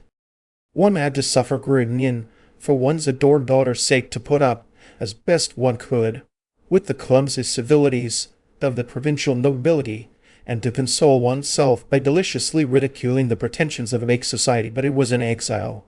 after all, and the ruined rooms of the castle, and the long circuit of the Chemin de Ronde, are haunted by the wistful figure of the poor lady who, though in autumn she could extol the sugary white figs, the muscats golden as amber, the partridges flavored with thyme and marjoram, and all the scents of Arsaces, yet reached her highest pitch of eloquence when, with stiff fingers and shuddering pen, she pictured the unimaginable February cold, the awful beauty of winter, the furious unchained Rhone, and the mountains charming in their excess of horror. Rome meant for the Rhone to the Seine, from Montélimar to Lyons the Great North Road. To Paris follows almost continuously the east shore of the Rhone, looking across at the feudal ruins that stood the opposite cliffs. The swift turns of the river and the fantastic outline of these castle-crowned rocks, behind which hang the blue lines of the Cevennes, compose a foreground suggestive in its wan color and abrupt masses of the pictures of Patneer, the strange Flemish painter whose ghostly calcareous landscapes are said to have been the first in which scenery was painted for scenery's sake. In all the subtler elements of beauty, as well as in the power of historic suggestion, this Rhone landscape far surpasses that of the Rhine. But like many of the most beautiful regions of France, it has a quality of aloofness, of almost classic reserve, that defends it from the inroads of the throng. Midway to Lyons, Valence, the capital of Sar-Borges Valentinois, rises above the river, confronted, on the opposite shore, by a wild cliff bearing the ruined stronghold of Cresol, the cradle of the House of Uzes. The compact little Romanesque cathedral of Saint Etienne, scantily adorned by the light exterior or arcade of its nave, is seated on an open terrace overlooking the Rhone. As sober, but less mellow, within, it offers aside from the monument to Pius V, who ended his troubled days here, only the comparatively recondite interest of typical constructive detail. And the impressionist sightseer is likely to wander out soon to the little square beyond the Alps. Here stands Le Pendentif, a curious little vaulted building of the Renaissance, full of the note of character, though its original purpose seems to be the subject of archaeological debate. Like many buildings of this part of the Rhone Valley, it was unhappily constructed of a stone on which the wear of the weather might suggest the literal action of the tooth of time. So sparred and gnawed is the whole charming fabric. As to its original use, it appears to have been the mortuary chapel of the noble family whose arms are discernible among the incongruous animals of its decaying sculpture, for it is part of the strangeness of the little monument that the spandrels of its elegant classic order are inhabited by a rude Romanesque fauna which, combined with the dusky hue and ravaged surface of the stone, confers on it, in contrast to the rejuvenated church, a look of mysterious antiquity. A few yards off, down a dark narrow street, the same savor of the past is found in one of those minor relics which let the observer so much deeper into bygone institutions than the study of their official monuments. This is simply an old private house of the early Renaissance, with a narrow sculptured courtyard, a twisting staircase, and vaulted stone passages and rooms of singularly robust construction. It is still appropriately enough inhabited by une très vieille old dame who has receded so deeply into the farthest convolution of her stout stone shell that her friendly portress had leave to conduct us from basement to attic, giving us glimpses of dusky chambers with meager venerable furniture, and of kitchens and offices with stone floors, scoured coppers, and pots of herbs, all so saturated with the old concentrated life of provincial France that it was like lifting to one's lips a glass of some ancient wine just at the turning point of its perfection. Not far from Valence, Tournon springs romantically from a cliff of the west bank, surmounted by the ducal castle of Soubise, and the next strong impression comes where Vienne, proudest of Rhone towns, lifts its flamboyant cathedral on a vast flight of steps above the river. The sight of Vienne, and its long Roman past, prepare one for more interest of detail than a closer inspection reveals. The Roman temple, which may once have rivaled the Mason Carey, was in the Middle Ages, like the Temple of Syracuse, incorporated in a Christian church, and now, extricated lifeless from this fatal embrace, presents itself as an impersonal block of masonry from which all significance of detail is gone. The cathedral, too, has suffered in the same way, though from other causes.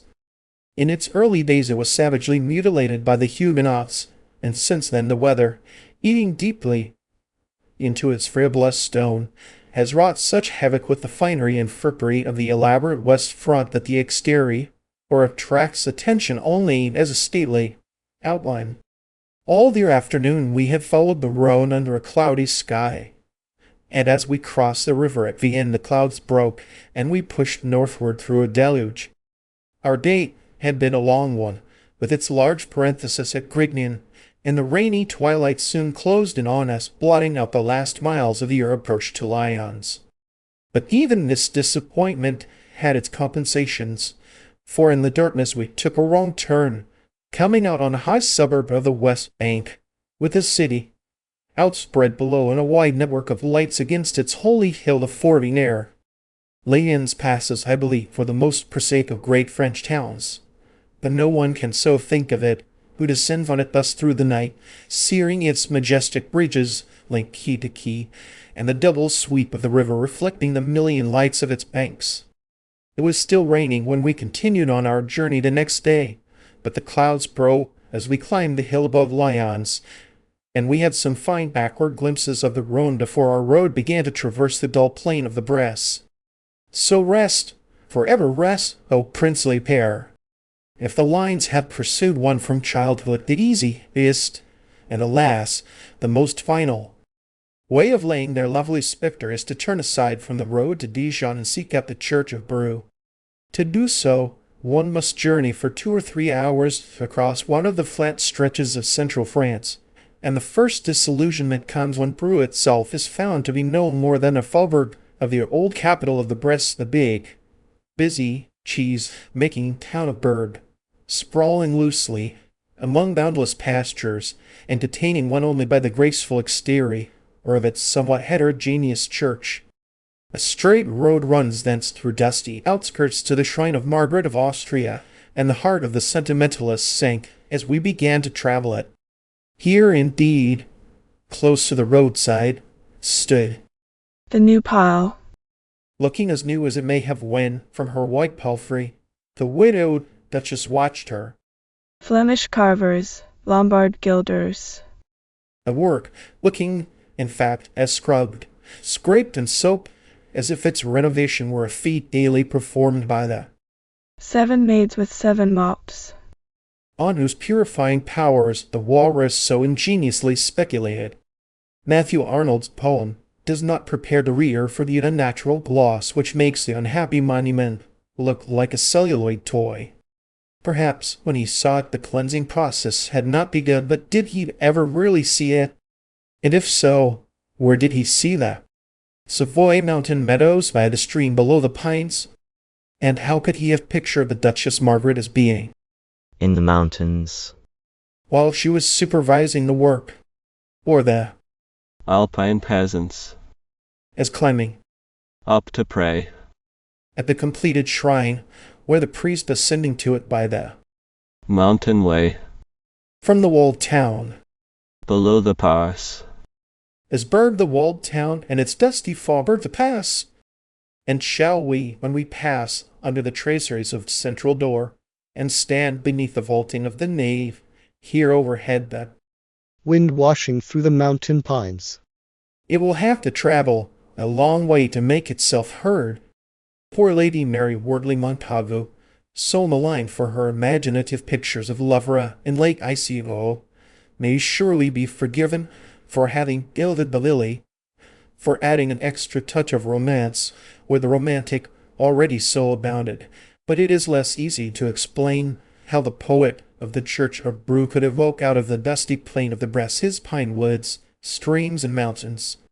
Perhaps the pilgrim reflects the explanation will be found within the church, and standing in the magic light of the vast western window. We too shall hear the washing of the wind in the pines, and understand why it traveled so far to reach the poet's ear. In this hope we enter, but only to discover that inside also the archaeological mops have been at work, and that the elaborate lining of the shrine is as scoured and shiny as its exterior. Well, let us affront this last disenchantment, and a little additional one of buying a ticket for the choir from a gold-braided custodian at a desk in the nave, and closing our eyes to the secularized, museumized aspect of the monument, try to open them to a vision of what it may have been before it was turned into a show. Alas! Even this last effort, the spawn movement of the imagination, fails to restore an atmosphere of poetry to the Church of Brou, to put it in any other light than that of a kind of superlative, Albert Memorial, in which regardlessness of cost has frankly predominated over us aesthetic considerations. Yet it is manifestly unfair to charge the Duchess Margaret with the indiscrimination of the parvenu. One should rather ascribe to special conditions of time and place that stifling confusion of ornament, that air of being, as Bacon puts it, so terribly doped with cost, which is both the first effect and the final outcome of an inspection of Brou. If Arnold gave the rein to fancy in his mise en scene, he was quite exact in picturing the conditions in which the monument was produced, and his enumeration of the Flemish carvers, Lombard gilders, German masons, smiths from Spain, who collaborated in its making, reminds one that artistic unity could hardly result from so random an association of talents. It was characteristic of the time, of the last boiling over the heterogeneous Gothic pot, that this strange fellowship was not felt to be any obstacle to the production of a work of art. One sees the same result in almost all the monuments of the period, especially where the Spanish Netherlands influence has added a last touch of profusion and confusion. How could an art so evolved issue in anything but a chaos of overdone ornament? How could line survive in such a deluge of detail? The Church of Brou is simply the most distressing, because the most expensive product of the period. Expiring Gothic changed its outline as often as the dying dolphin is supposed to change his colors. Every ornament suggests a convulsion in stone. And on all this extravagance of design, which could be real, redeemed only by the lightest touch of the chisel, lies the heavy hand of the Flemish sculptor. Is it possible that the same phase of artistic feeling produced the three tombs of Brou and those of the Dukes of Burgundy at Dijon? Certainly, at least, the same hand did not carve them. At Brou, the innumerable subordinate figures, angels, Mourners and the rest are turned out with the unerring facility of the pastry cook's art. They represent the highest achievement in sugar and white of egg. At Dijon, on the contrary, each pleureur in the arcade beneath the tomb of Duke Philip is a living, sentient creature, a mourner whose grief finds individual utterance. Is there anything in plastic art that more vividly expresses the passionate medieval brooding over death? Each little cowled figure takes his grief, his sense of the neat, in his own way. Some are wrung and bowed with it. One prays. Another, a serene young man, walks apart with head bib above his book the page of a stoic, one conjectures. And so each, in his few inches of marble, and in the confinement of his cramped little niche, typifies a special aspect of the sense of mortality, above all of its loneliness, the way it must be borne without help. The thought came to one, the next day at Dijon, the more vividly by contrast to the simpering sorrow of Brou. The tombs of the Dukes of Burgundy, so cruelly torn from the hallowed twilight of the shutters, and exposed to the cold illumination of museum windows, give one, even in this impersonal light, a strong sense of personality. Even the overladen detail of the period, the aimless striding of its frets and finials, cannot obscure the serious purity of the central conception, and one is led to the conclusion that a touch of free artistic emotion will break through the strongest armored stock formulas. One sees them, of course, the ducal tombs, in a setting in a certain sense their own, since this privileged city, in addition to its other distinctions, has a medieval palace for its museum, and the mailed heels of the recumbent dukes may have rung on the stone flagging of the salle des gardes where they now lie. But the great vaulted hall has ceased to be a guard-room, as they have ceased to be its lords, and the trail of label and number, of velvet cord and iron rail, is everywhere in their democratized palace. It is noteworthy, therefore, that, as the tombs have retained so much of their commemorative value, so the palace itself has yielded as little as might be of its private character to the encroachments of publicity, appearing almost, as one wanders from one bright room to another, like the house of a great collector who still lives among his treasures. This felicitous impression is partly due to the beauty of the old building, and partly also to the fact that it houses a number of small collections, the spoils of local dilettante, each kept together, however diversified its elements, so that many of the rooms exhibit a charming habitable mingling of old furniture, old porcelain, and the small unobtrusive pictures that are painted to be lived with, not glanced up at from a catalogue. The impression of happy coincidences, of really providential accidents, which gives such life to the bright varied museum, persists and deepens as one passes from it into the town, the astonishing town which seems to sum up in itself almost every phase of French art and history.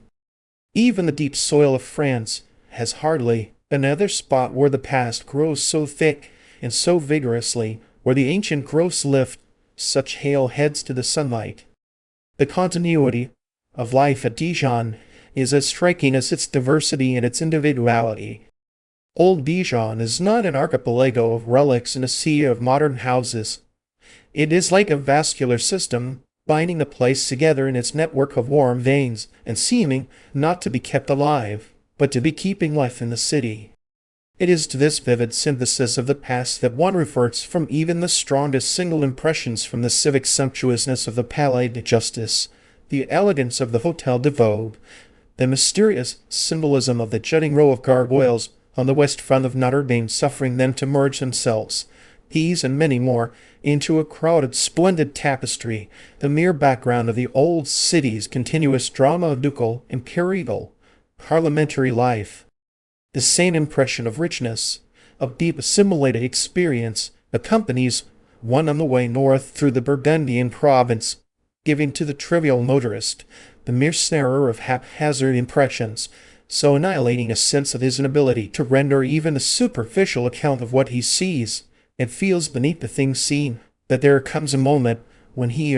is tempted to take refuge in retorting the homely luxury of the inns, though even here their abundance of matter becomes almost as difficult to deal with. It is for this reason, perhaps, that after a morning among the hills and valleys of the Morvan, in sight, almost continuously, of that astonishing Burgundian canal, with its long lines of symmetrical poplars, its massive masonry, its charming lock houses, all repeating themselves like successive states of a precious etching, that after such a morning I seek, and seem to find, its culminating astonishment in the luncheon which crowned it in the grimy dining room of the auberge at Plessis, Suesville. Or was it an auberge even, and not rather a gargote, the onion scented? Public. With wagoners and soldiers grouped cheerfully about their petit vin bleu, while a flushed hand made in repeated dashes from the kitchen laid before us a succession of the most sophisticated dishes, the tenderest filet, the airiest pommes souffles, the plumpest artichokes that ever bloomed on the buffet of a Parisian restaurant.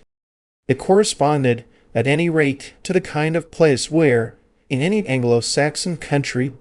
one would have found the company as prohibitory as the food, and each equally a reason for fleeing as soon as possible from the other. So it is that Plessis, Suesville may stand as a modest symbol of the excessive amenity of this mellowest of French civilizations, the more memorably to one party of hungry travelers, because it formed, at the same time, the final stage of their pilgrimage to Vézelay. That thought, indeed, distracted us from the full enjoyment of the filet, and tore us from the fragrant coffee that our panting waitress carried after us to the motor's edge. For more than half the short April day was over, and we had still 2 hours of steep hill and vale between ourselves and Vézelay. The remainder of the way carried us through a region so romantically broken, so studded with sturdy old villages perched on high ledges or lodged in narrow defiles, that but for the expectation before us every mile of the way would have left an individual impression.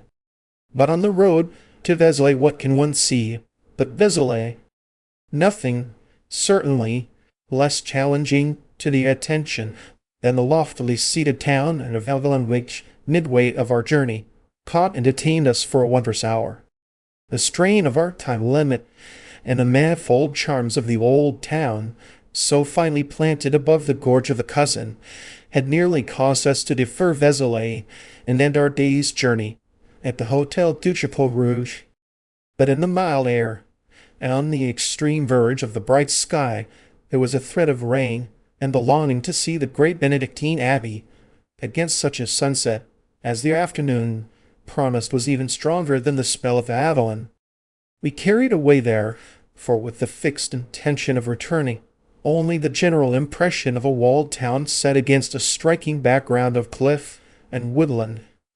and one small vivid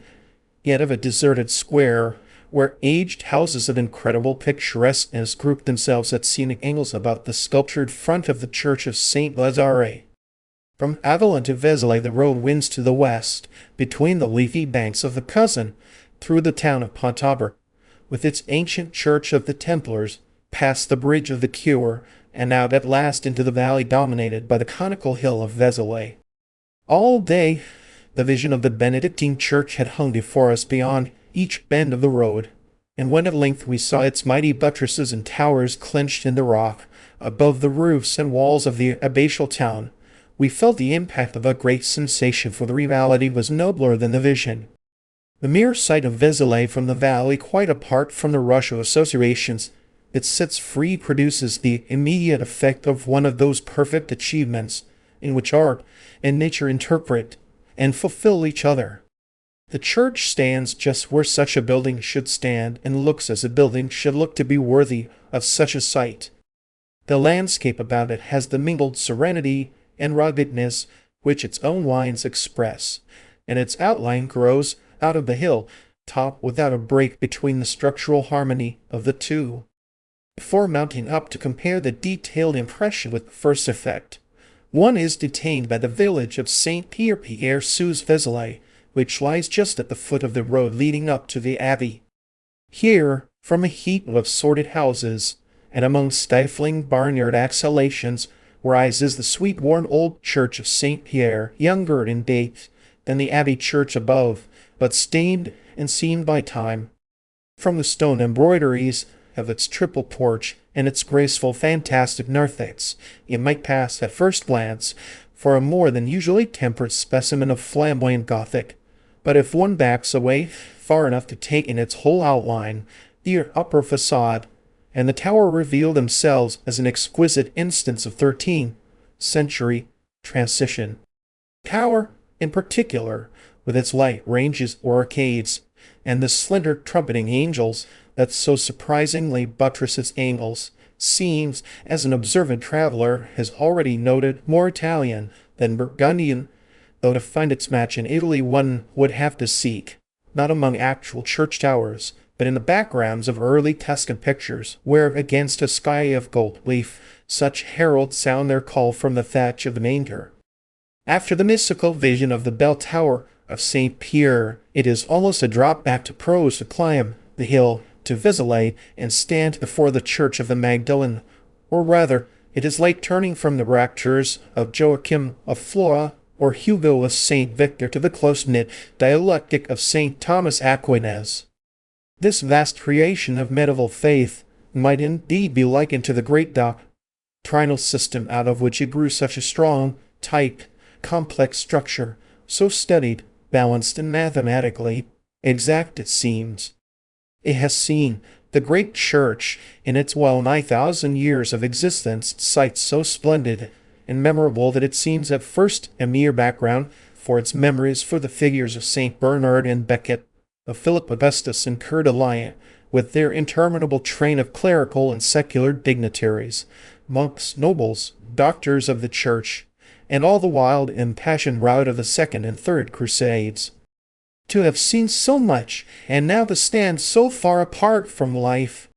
one reflects on the happier fate of those other great churches of La Growth, the French cathedrals, whose hearts beat warm for so many centuries, through so many social and political alternations. The situation of the church of Vézelay typifies this deeper solitude. It stands alone on the crest of the hill, divided from the town below by a wide stony square. Behind the Alps, where the monastic buildings lay, a shady, grassy slope simulates the privacy of an English close, and on all sides are the blue distances of the Morvan. This loftiness and detachment of sight give it peculiar majesty to the building, and conduce no doubt to the impression that in all church architecture there is nothing quite like it, nothing in which the passive strength of the elder style so imperceptibly blends with the springing grace of the new. The latter meets one first in the two-storied narthex, a church in itself, which precedes the magnificent round-arched portals of the inner building. It is from the threshold of this narthex that, looking down its lofty vista, and through the triple doorways to the vast and stern perspective of the Romanesque nave, one gets the keenest impression of the way in which, in this incomparable building, the two styles have been wrought into an accord that shows their essential continuity. In the nave itself, with the doors of the narthex closed, another, subtler impression awaits one, for here one seems to surprise the actual moment of transition, to see, as nowhere else, the folded wings of the Gothic stirring under the older forms. More even in its rich mystery, its sculptures, far more than its mere pride of size and majesty, does this undefinable frémissement of the old static Romanesque lines remain with one as the specific note of Vézelay, giving it, in spite of its age, long desertion, in spite of the dead and staring look produced by indiscriminate restoration, an inner thrill of vitality, the promise of strange features beautiful and young, such as the greatest art alone possesses. The long spring sunset filled the sky when we turned from Vézelay and began to wind through the valley of the Cure to Auxerre. The day had been too rich in impressions to leave space for more than a deep sense of changing loveliness as we followed the curves of the river through poplar-planted meadows, by white chalk cliffs, and villages hanging on the heights. But among these fugitive impressions, is the vivid memory of a white railway viaduct, so lightly yet securely flung across the valley that in the golden blur of sunset it suggested one of Turner's dream bridges spanning a vale of Tempe, a notable instance of the almost invariable art with which, if French engineering, the arch is still employed. After that the way grew indistinct, and night had fallen when we entered Auxerre, feeling our way through a dimly lit suburb, seeing the lights of the town multiplied in the quiet waters of the Yonne, and reaching it at last by a bridge that led straight to the steep central street. Auxerre, the next day, even through the blinding rain which so punctually confirmed our forebodings, revealed itself as one of those close-knit, individual old French towns that are as expressive, as full of vivacity and character as certain French faces. Finally massed above the river in a pile culminating with the towers of the cathedral and the detached shaft of St. Jean, it confirms, and indeed exceeds, on a nearer view, the promise of its distant aspect. A town which has had the good fortune to preserve its walls, and one or two of its fortified gates, has always and more especially acceded on a river the more obvious opportunities for picturesqueness. And at Auxerre, the narrow streets rising from the quay to the central group of buildings contribute many isolated effects, carved door, steep gable, or opportune angle turret to the general distinction of the scene. The cathedral itself is the heart of the charming old place, so rich in tone, so impressive in outline, so profusely, yet delicately, adorned. It rose at the end of the long market square, shedding on it, even through the grey sheets of rain, the warmth of its high tawny masses. The design of the western front is so full and harmonious that it effaces from memory the less salient impression of the interior. Under a more favorable light, which would have brought out the colors of the rich clerestory glass and the modeling of shafts and vaulting, it would have seemed, no doubt, less austere, more familiarly beautiful, but veiled and darkened by rain clouds, it offered, instead of color and detail, only an unfolding of cavernous arches fading into the deep shades of the sanctuary. The adjoining bishop's palace, with its rugged Romanesque arcades planted on a bit of Gallo-Roman city wall, and the interesting fragment of the church of Saint Germain, beside the hospital, are among the other notable monuments of Auxerre, but these two, masked by the incessant downpour, remained in memory as mere vague masses of dripping masonry pressed upon by a low black sky. The rain pursued us northward from Auxerre along the valley of the Yonne, lifting a little toward noon to leave the landscape under that green blur through which the French paysagistes have most persistently seen it. Joigny, with this light at its softest, seemed, even after Auxerre, one of the most individual of ancient French towns, its long and stately quay, closed by a fine gate at each end of the town, giving it an especial, a quite personal character, and one which presented itself as a singularly happy solution of the problem of linking a town to its river. Above the quay, the steep streets gave many glimpses of medieval picturesqueness, tucked away at almost inaccessible angles. But the rain closed in on them, and drove us on reluctantly to Sets. Here the deluge hung a still denser curtain between us and the amenities of this singularly charming town, since, instead of being, like Joigny, packed tight between river and cliff, spreads out with relative amplitude between Roman ramparts transformed into shady promenades, and about midway of the town, at the end of a long marketplace like that of Auxerre, the cathedral rears itself in such nobility and strength of line that one instantly revises one's classification of the great French churches to make room for this one near the top. Its beauties develop and multiply on a nearer view, and its kinship with Canterbury makes it, to those under the spell of that noblest of English choirs, of peculiar architectural interest. But when one has done full justice to the long unfolding of the nave, to the delicate pallor of Cousin's glass, and to the associations attached to the altar of Becket, behind the choir, one returns finally to the external composition of the apsidal chapels as the most memorable and perfect thing it sense. The development of the Chevet, which Romanesque architecture bequeathed the Gothic, is perhaps the happiest product of the latter growth on French soil, and after study, being so complex an example of its possibilities as the apse of Saint's presence, one feels anew what English Gothic lost in committing itself to the square East End. Of great historic interest is the so-called officialite, which adjoins the cathedral, a kind of devotion tribunal built under Louis Roman IX, but its pointed windows and floriated niches have been so liberally restored that it has the too Gothic look of a medieval stage setting. Sens has many other treasures, not only in its unusually rich collection of church relics and tapestries, but among the fragments of architecture distributed through its streets. And in the 18th century apse of the Archiepiscopal Palace, it can show a specimen of wrought ironwork probably not to be matched short of Jean Lammer's Gates of Nancy. One of its most coveted possessions, Jean Cousin's famous picture of the Eva Prima Pandora, has long been jealously secluded by its present owner, and one wonders for what motive the inveterate French hospitality to lovers of art has been here so churlishly reversed. The curious mystical interest of the work and its value as a link in the history of French painting make it, one may say, almost a monument historique, a part of the national heritage, and perhaps the very sense of its potential service to art gives a perverse savor to its possessor's peculiar mode of enjoying it.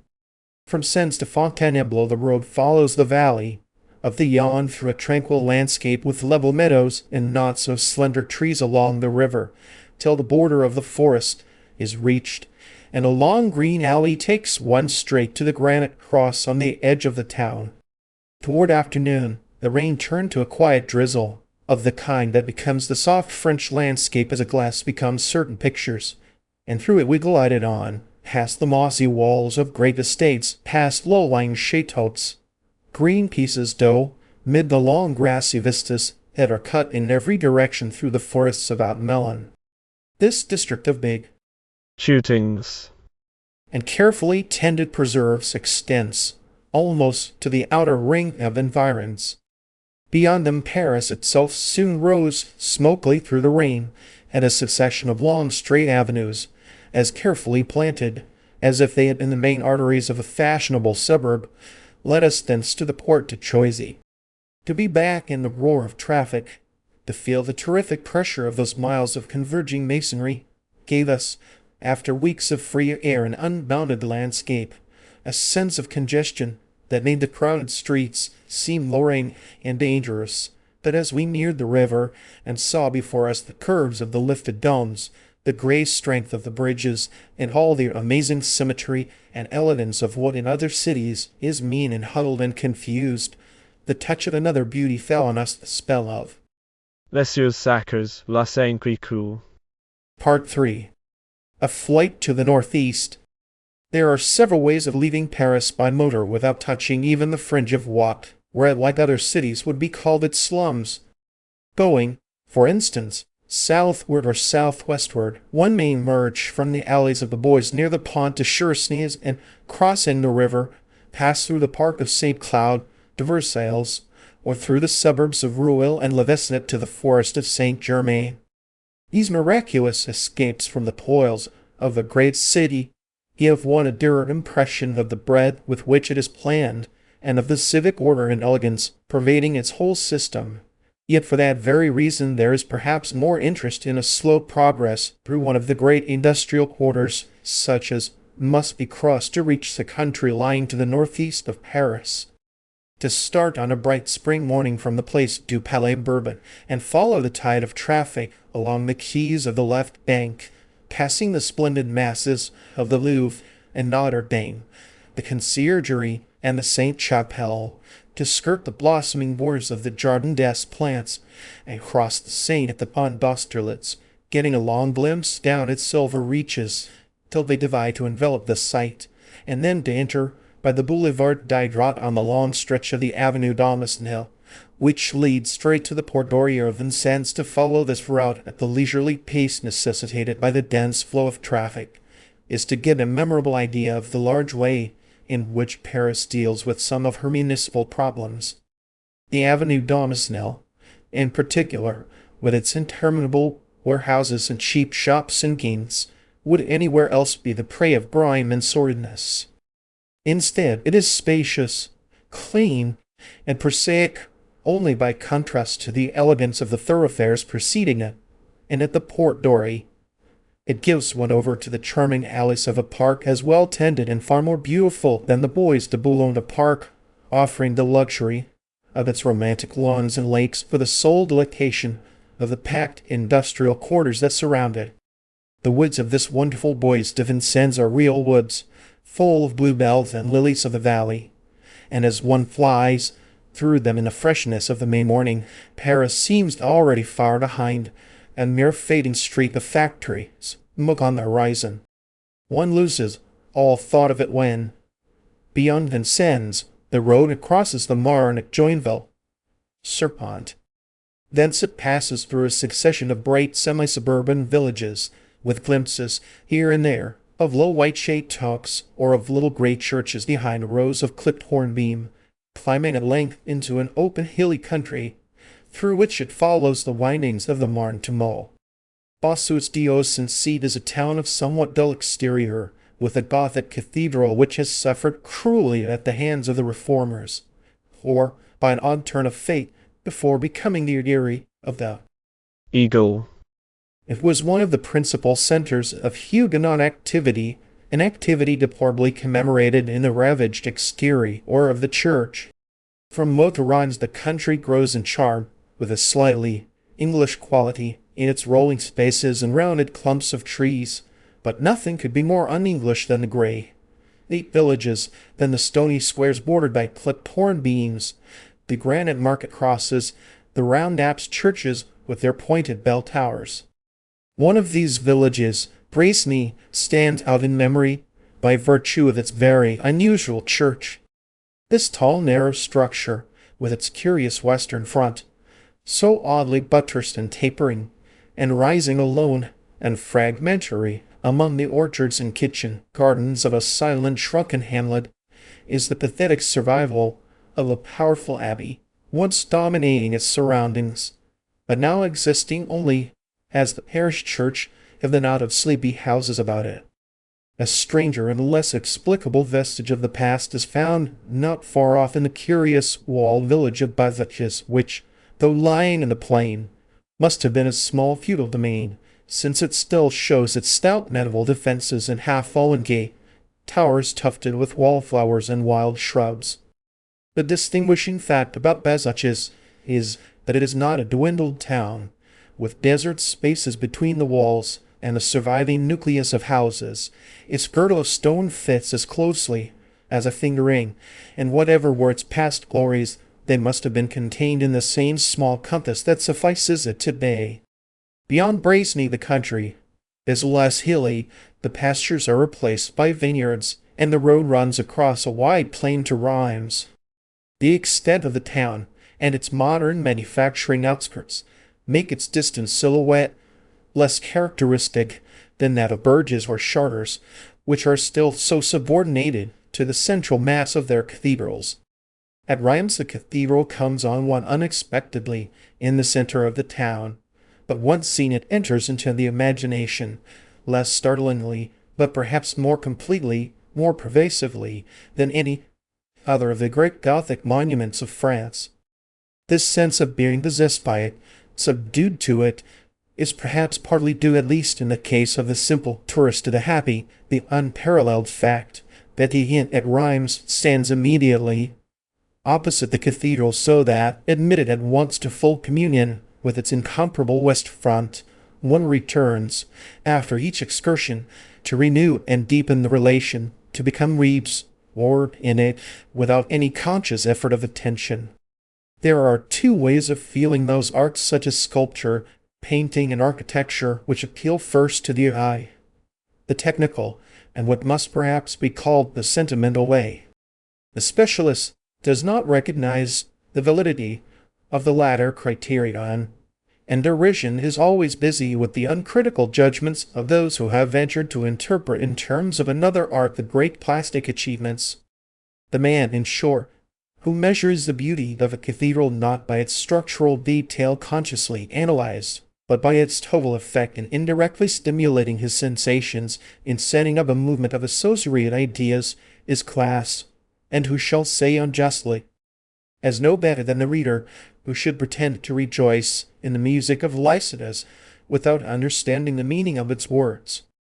There is hardly a way of controverting the axiom that thought and its formulation are indivisible, or the deduction that, therefore, the only critic capable of appreciating the beauty of a great work of architecture is he who can resolve it into its component parts, understand the relation they bear to each other,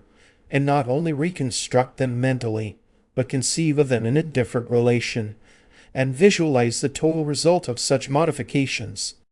Assuredly yet in those arts that lie between the bounds of thought and sense, and leaning distinctly toward the latter, is there not room for another, a lesser yet legitimate order of appreciation for the kind of confused atavistic enjoyment that is made up of historical association, of a sense of mass and harmony, of the relation of the building to the sky above it, to the lights and shadows it creates about it deeper than all, of a blind sense in the blood of its old racial power, the things it meant to far-off minds of which ours are the oft dissolved and reconstituted fragments.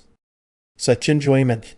to be of any value, even to the mind that feels it, must be based indeed on an approximate acquaintance with the conditions producing the building, the structural theories that led up to it, their meaning,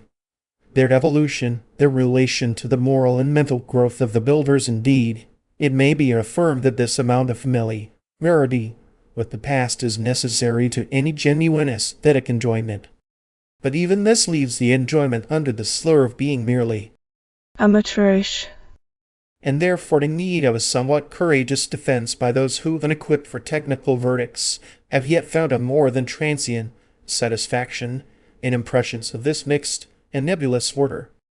Such a defense is furnished to a degree elsewhere unmatched by the exceptional closeness of intercourse to which propinquity admits the traveler at rhymes.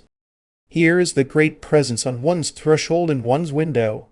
surprised at dawn in the mystery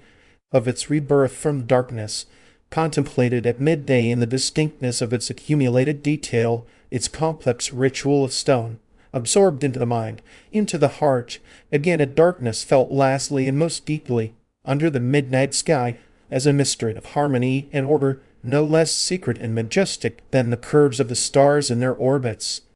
Such pleasures, at any rate, whatever their value, as contributions to special lines of knowledge, enrich the aesthetic consciousness, prepare it for fresh and perhaps more definite impressions, enlarge its sense for the underlying relation between art and life, between all the manifold and contradictory expressions of human energy, and leave it thus more prepared to defend its own attitude, to see how, in one sense, not excluding, but in a way enveloping and fertilizing all the specialized forms of technical competence Jeffel still is. It is one of the wonders of this rich northeastern district that the traveler may pass in a few hours, and through a region full of minor interests, to another great manifestation of medieval strength, the fortress of Coucy. Two such contrasting specimens of the vigor, individual and collective, of that tremendous age are hardly elsewhere in France to be found in such close neighborhood, and it adds to the interest of both to know that Coucy was a fief of rhymes, bestowed by its archbishop on a knight who had distinguished himself in the first crusade. It was a great-grandson of this Ingar and de Beauce who built the central keep and the walls, but the castle was farther enlarged and adorned when, at the beginning of the 15th century, it passed into the possession of Louis d'Orleans, the brother of Charles V. Why, it is doubly interesting to see Coucy after Carcassonne, because the two fortresses present the opposite extremes of feudal, secular architecture, Carcassonne being the chief surviving example of a large walled town with a comparatively small central castle, while at Coucy the castle is the predominating feature, both in size and site, and a town no more than a handful of houses within the outer circuit of its defenses. Both strongholds are of course situated on steep heights, and that of Coucy, though it rises from slopes clad in foliage, and therefore less stern of outline than the dry southern rock of Carcassonne, stands no less superbly than its rival. In fact, there is perhaps no single point from which Carcassonne produces quite such an effect of concentrated power as the keep and castle towers of Coucy squaring themselves on their western ridge. Yet such comparisons are unprofitable, because the two fortresses were designed for purposes so different and under such different conditions that the one is necessarily most vigorous where the other had the least need for a display of strength. Coucy, in its present fallen state, gains incalculably from the charm of its surroundings, the lovely country, enfolding it in woods and streams, the shaded walks beneath its ivy, on ramparts, and above all the distinct and exquisite physiognomy of the tiny, old town which these ramparts enclose. The contrast between the humble yet stout old stone houses ranged, as it were, below the Sol, and the castle throned on its dais of rock at one end of the enclosure, seems to sum up the whole social system of the Middle Ages as luminously and concisely as Taine's famous category. Coucy has the extraordinary archaeological value of a place it has never outgrown. The special institutions produce in it. The hands of the clock has stopped at the most characteristic moment of its existence, and so impressive, even to the unhistorical mind, is its compact and vivid exteriorization of a great phase of history that one wonders and shudders at, and finally almost comes to admire the superhuman stolidity of the successful merchant who has planted, on the same ledge as the castle, and almost parallel with its titanic towers and neatly turreted suburban villa, the sole attempt of modern Coucy to give the retort to its overwhelming past. Taking Coucy as a center, the traveler may, within a few hours, extraordinarily vary his impressions, since the remarkable group of monuments distributed over the triangular bit of France between Paris, Rheims, and St. Quentin comprises a characteristic example of almost every architectural period from the early Middle Ages till the close of the 18th century, the extremes bearing sometimes in as close touch as Trésolval and Prémontre. Turning first to the west, through a country of rolling fields and wooded heights, vaguely English in its freedom from the devouring agriculture of the center, one comes on the most English impression in France, the towers of Noyon rising above a girdle of orchards and meadows.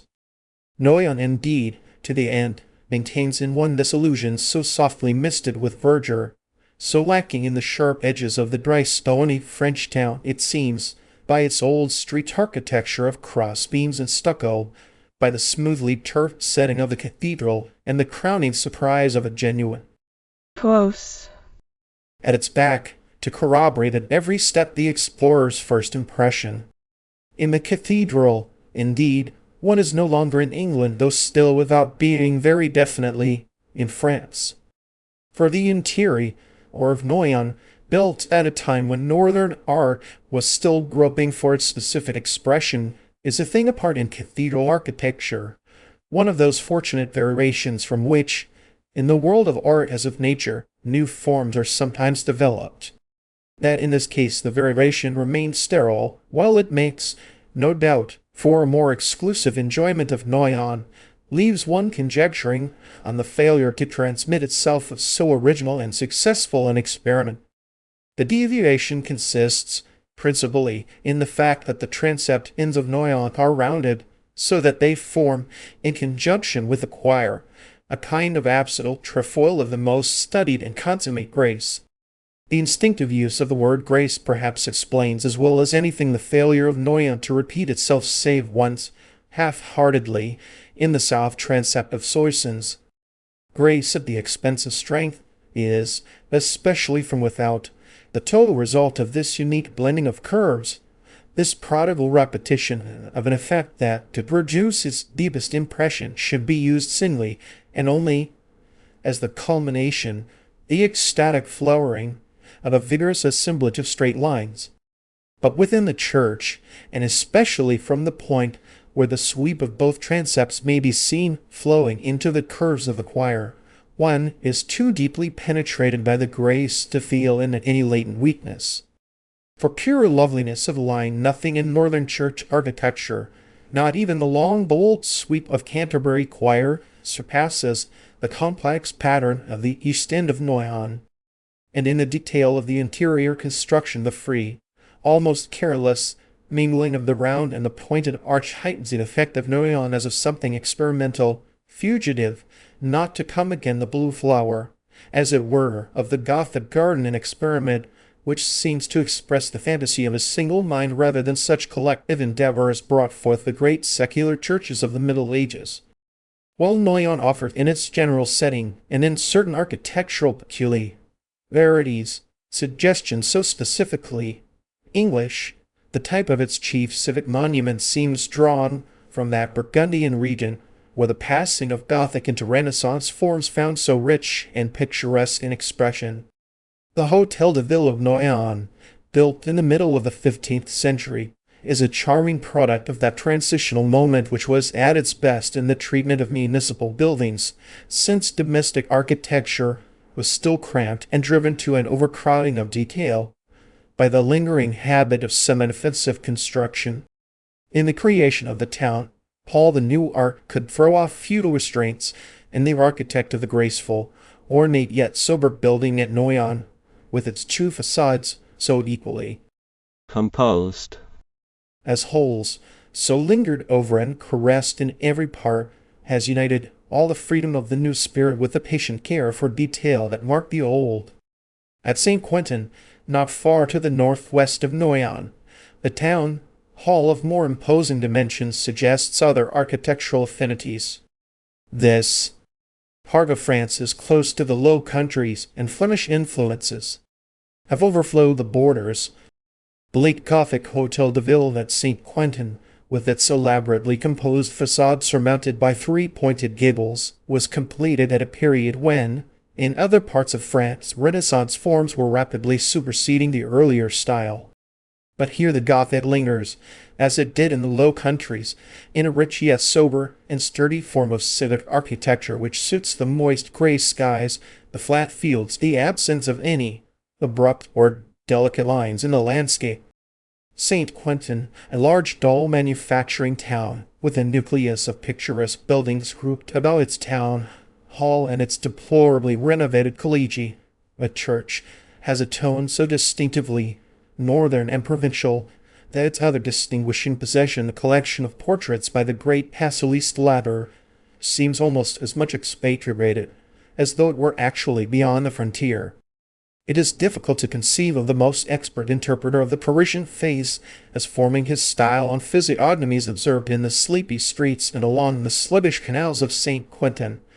and the return of his pictures to his birthplace, if it has a certain historical fitness, somehow suggests a violent psychological dislocation,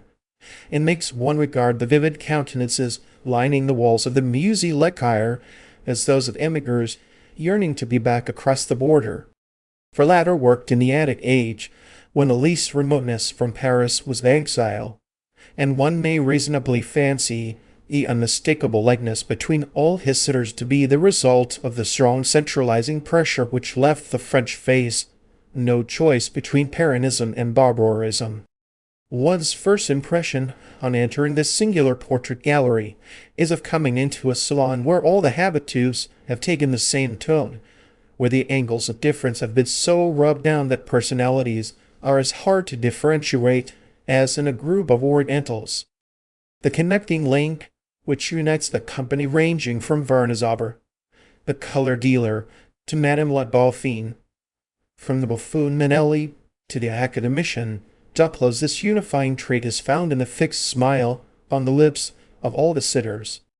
It is curious and a little disconcerting, on first entering, to see faces of such marked individuality from the rough and shorn Vernazauber to the mincing Camardo overrun by the same Simpera. Good company. So disconcerting that only by eliminating the universal cupids, bow mouth, and trying to see the other features without it. Can one do justice to the vigorous and penetrating portraiture of Lador? Then indeed the pictures affirm themselves as documents, and the artist's technical skill in varying his methods with the type of his sitters becomes only less interesting than the psychological insight of which, after all, it is a partial expression. One's attention is at first absorbed by the high personal interest of the portraits, but when this has been allowed for, the general conclusion resulting from their collective study is that, even in that day of feminine ascendancy, the man's face, not only plastically but psychologically, was a far finer subject than the woman's. Lador had before his easel some of the most distinguished examples of both, and how the men triumphant stand out, how Rousseau and D'Alembert, Maurice de Saxe and the matchless Vernazover overshadow and efface all the Camargos and Dauphinesses, the Fabards and Pompadours of the varied feminine assortment. Only one little ghostly, nameless creature, a model, a dancer, a catalogue, uncertainly conjectures, detaches herself from the polite assemblage, as if impaled with quivering wings on the sharp pencil of the portraitist. One wonders if she knew she had been caught. The short run from St. Quentin to Leon carries one, through charming scenery, from the Low Countries into a region distinctively French, but with such a touch of romance as Turner saw in the sober French landscape when he did his Rivers and Harbours. Leon, the great cathedral town of the northeast, is not seated on a river, but the ridge that carries it rises so abruptly from the plain, and so simulates the enclosing curves of a bay, that, as we approached it, the silvery light on the spring fields at its base seemed like the shimmer of water. Seen from the road to St. Quentin, Leon is one of the stateliest hill towns of France. Indeed, it suggests rivalry with the high-perched Umbrian cities rather than with any near neighbors. At one extremity of the strangely hooked cliff, the two ends of which bent toward each other like a thumb and forefinger, stands the ruined abbey church of St. Vincent, now a part of the arsenal. At the other rises the citadel, behind which are grouped the cathedral and episcopal palace, and the apex of the triangle between these pronged extremities is occupied by the church of St. Martin, which lifts its Romanesque towers above the remains of a Premonstratensian abbey. In the sheltered hollow enclosed between the thumb and forefinger lies the Cuve de St. Vincent, a garden district of extraordinary fertility, and beyond it the interminable plain flows away toward the Belgian frontier. To the advantage of this site Leon adds the possession of well-preserved ramparts, of 2 or 3 fortified gates to which clusters of old houses have ingeniously attached themselves, and above all of its 7-towered cathedral, a cathedral now no longer,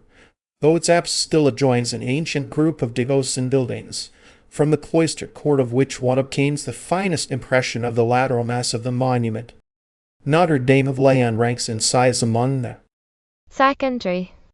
French cathedrals, but both in composition and in detail it occupies a place in architecture as distinctive as its natural setting, and perhaps no higher praise can be awarded it, and to say that, like the church of Vézelay,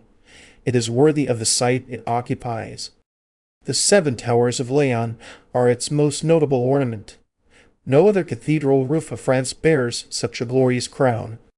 for only of the towers have received their upper tiers of arcades, but the others rise high enough above the roof ridge to break its outline with their massive buttresses and pyramidal capping. The taller 4 are distinguished by their originality of their upper stories, of which the intermediate one is octagonal and broken up into 4 groups of arches of extreme lightness and vigor, separated by stilted round arch openings which are carried through to the upper tier of the tower. At the west end of the church, the open niches formed by the octagonal sally of the tower arcades are filled by colossal stone oxen, modeled with a bold realism, and advancing from their high-perched stalls almost as triumphantly as the brazen horses above the door of St. Mark's. These effigies are supposed to commemorate the services of the patient beasts who dragged the stone for the cathedral up the cruel hill of Leon, and looking up at their silhouettes, projected ponderously against the blue one is inclined to see in them a symbol of medieval church building, of the moral and material cost at which Christianity reared its monuments. The oxen of Leon and the angels of St. Pierre sous Vézelay might indeed be said to stand for the two chief factors in this unparalleled outburst of religious activity, the visionary passion that aroused it, and the painful expenditure of human and animal labor that made the vision a reality.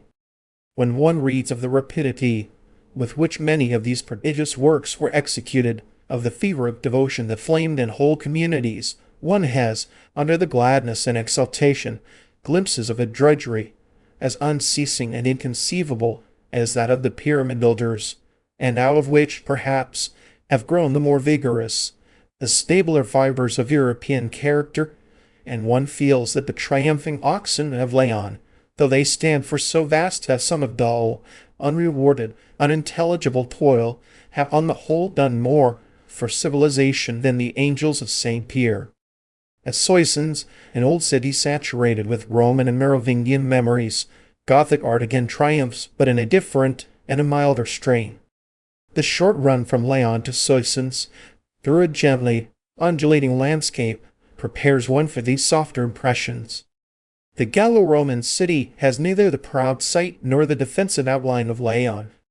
It lies in the valley of the Aisne, in a circle of wooded hills, with the river winding peaceably between the old town and its faubourg of St. Vaast. Passing through this faubourg and crossing the Aisne, one is caught in a maze of narrow streets which lead up tortuously to the cathedral square. The pressure of surrounding houses makes it difficult to get a comprehensive view of the church, but one receives, in narrow glimpses through the clipped lines of the marketplace, a general impression of grace and sobriety that somehow precludes any strong individual effect. The Cathedral of Soissons is indeed chiefly remarkable for its repetition of the rounded transepts of Noyon, though in this case for reasons which it would be interesting to learn the round end, while receiving the farther development of an aisle and triforium, has been applied only to one transept. The thought of Soissons, however, at least in the mind of the passing impressionists, must remain chiefly associated with that rarest creation of the late Gothic of the northeast, the façade of St. Jean des Vignes. This church, which formed part of a monastic settlement in the outskirts of the town, is now almost in ruins, and of the abbatial buildings around it there remain only two admirable fragments of the cloister arcade and the abbot's house, built at a much later date. So complete is the outline of the beautiful west front, that one would hardly guess the ruin of the nave, but for the blue sky showing through the vast circle of the central rows, from which every fragment of tracery has been stripped. Yet one can pardon even that inhumanity to the destroyers who respected the towers, those incomparable towers, so harmonious in their divergences, so typical of that lost secret of medieval art, the preservation of symmetry in unlikeness. These western towers of St. Jean, rising strongly on each side of the central door, and reinforcing the airy elegance of the facade by their vigorous vertical buttressing, break, at the level of the upper gable, into pyramidal masses of differing height and breadth, one more boldly tapering,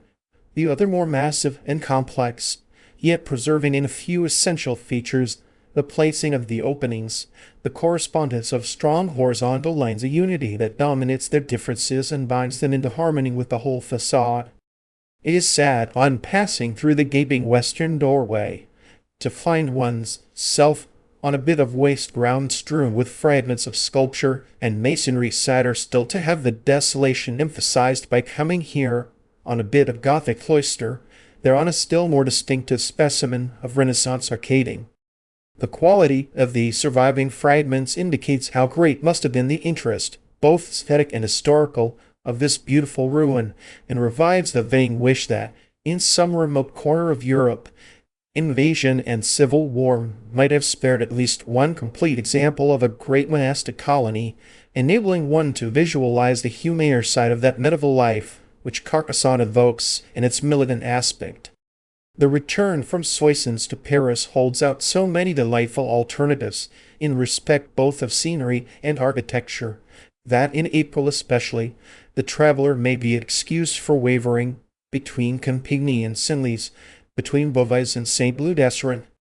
Perhaps the road which traverses Senlis and Saint-Leu, just because it offers less exceptional impressions, brings one closer to the heart of old France, to its inexhaustible store of sober and familiar beauty. Senlis, for instance, is only a small sleepy town, with 2 or 3 churches of minor interest with that the guide both might dismiss it. But had there been anything in all our wanderings quite comparable to the impression produced by that little cathedral and its quiet square monument, so compact yet noble, so embroidered with delicate detail, above all so sunned over with a wonderful golden lichen that it seems like a dim old jewel casket from which the gilding is almost worn? The other churches of Senlis, enclosed, like the cathedral, in the circuit of half-ruined walls that make a miniature sight of the inner town, have something of the exquisite quality of its central monument.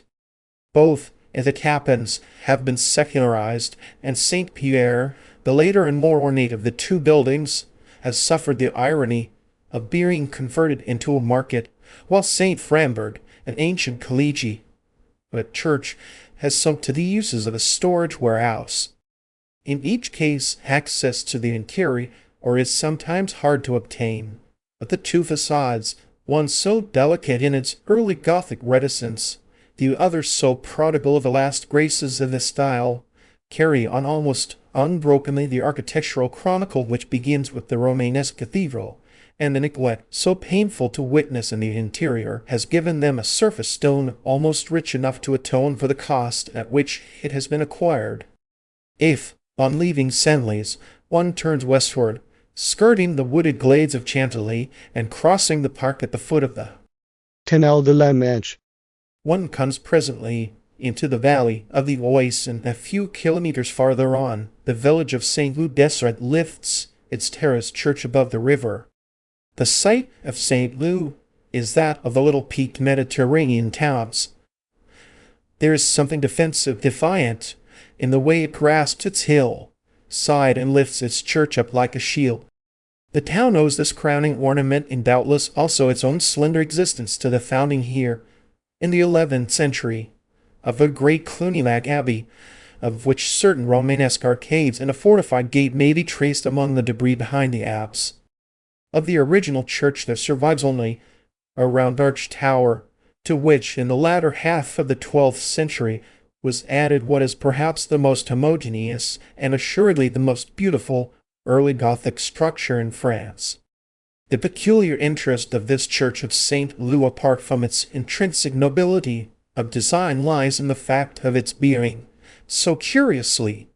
the counterpart, the other side of the shield, of the church of Vézelay. For as at Vézelay one felt beneath the weight of the round openings the impatient stirrings of the pointed arch, so here at Saint Leu, where the latter form at last triumphs, its soaring movement is still held down by the close-knit, Romanesque frame of the church. It is hard to define the cause of this impression, since at Saint Leu the pointed style has quite freed itself, structurally, from Romanesque entraves, all the chief elements of later Gothic construction being blent there in so harmonious a composition that, as Mr. Charles Moore has pointed out, the church might stand for a perfect example of unadorned Gothic. All that later art could do toward the elaboration of such a style was to add ornament and large openings and lighten the masses. But by the doing of just that, the immense static value of the earlier proportions was lost, and the distinction of Saint Leu is that it blends, in perfect measure, Gothic lightness with Romanesque tenacity. Of this the inside of the church is no less illustrative than its exterior. Though the western bays of the nave were built later, in its eastern portion they end in a narthex on the lines of the outer porch of Vézelay, surmounted by a gallery from which the great sweep of the aisles and triforium may be felt in all its grandeur. For, despite the moderate proportions of the church, grandeur and reserve are its dominating qualities within, and without it has attained the classic balance that great art, at all times, has its own ways of reaching. Westward from St. Lou, the valley of the Oise, fruitful but somewhat shadeless, winds on toward Paris through pleasant riverside towns Beaumont, L'Isle-Adam, and the ancient city of Pontoise, and beyond the latter at a point where the river flings a large loop to the west, one may turn east again and, crossing the forest of Saint-Germain, descend on Paris through the long shadows of the Park of St. Cloud. I hope you enjoyed reading the book of Our Flight Through France with me. If you like this, please remember to like and subscribe. Please visit Adonomy if you want to see different types of videos we produce. For statistics on our videos, visit Adonomy Core. Visit our story reading channel website at adonomy.com. Adonomy, private anonymous story. Happy YouTube travels!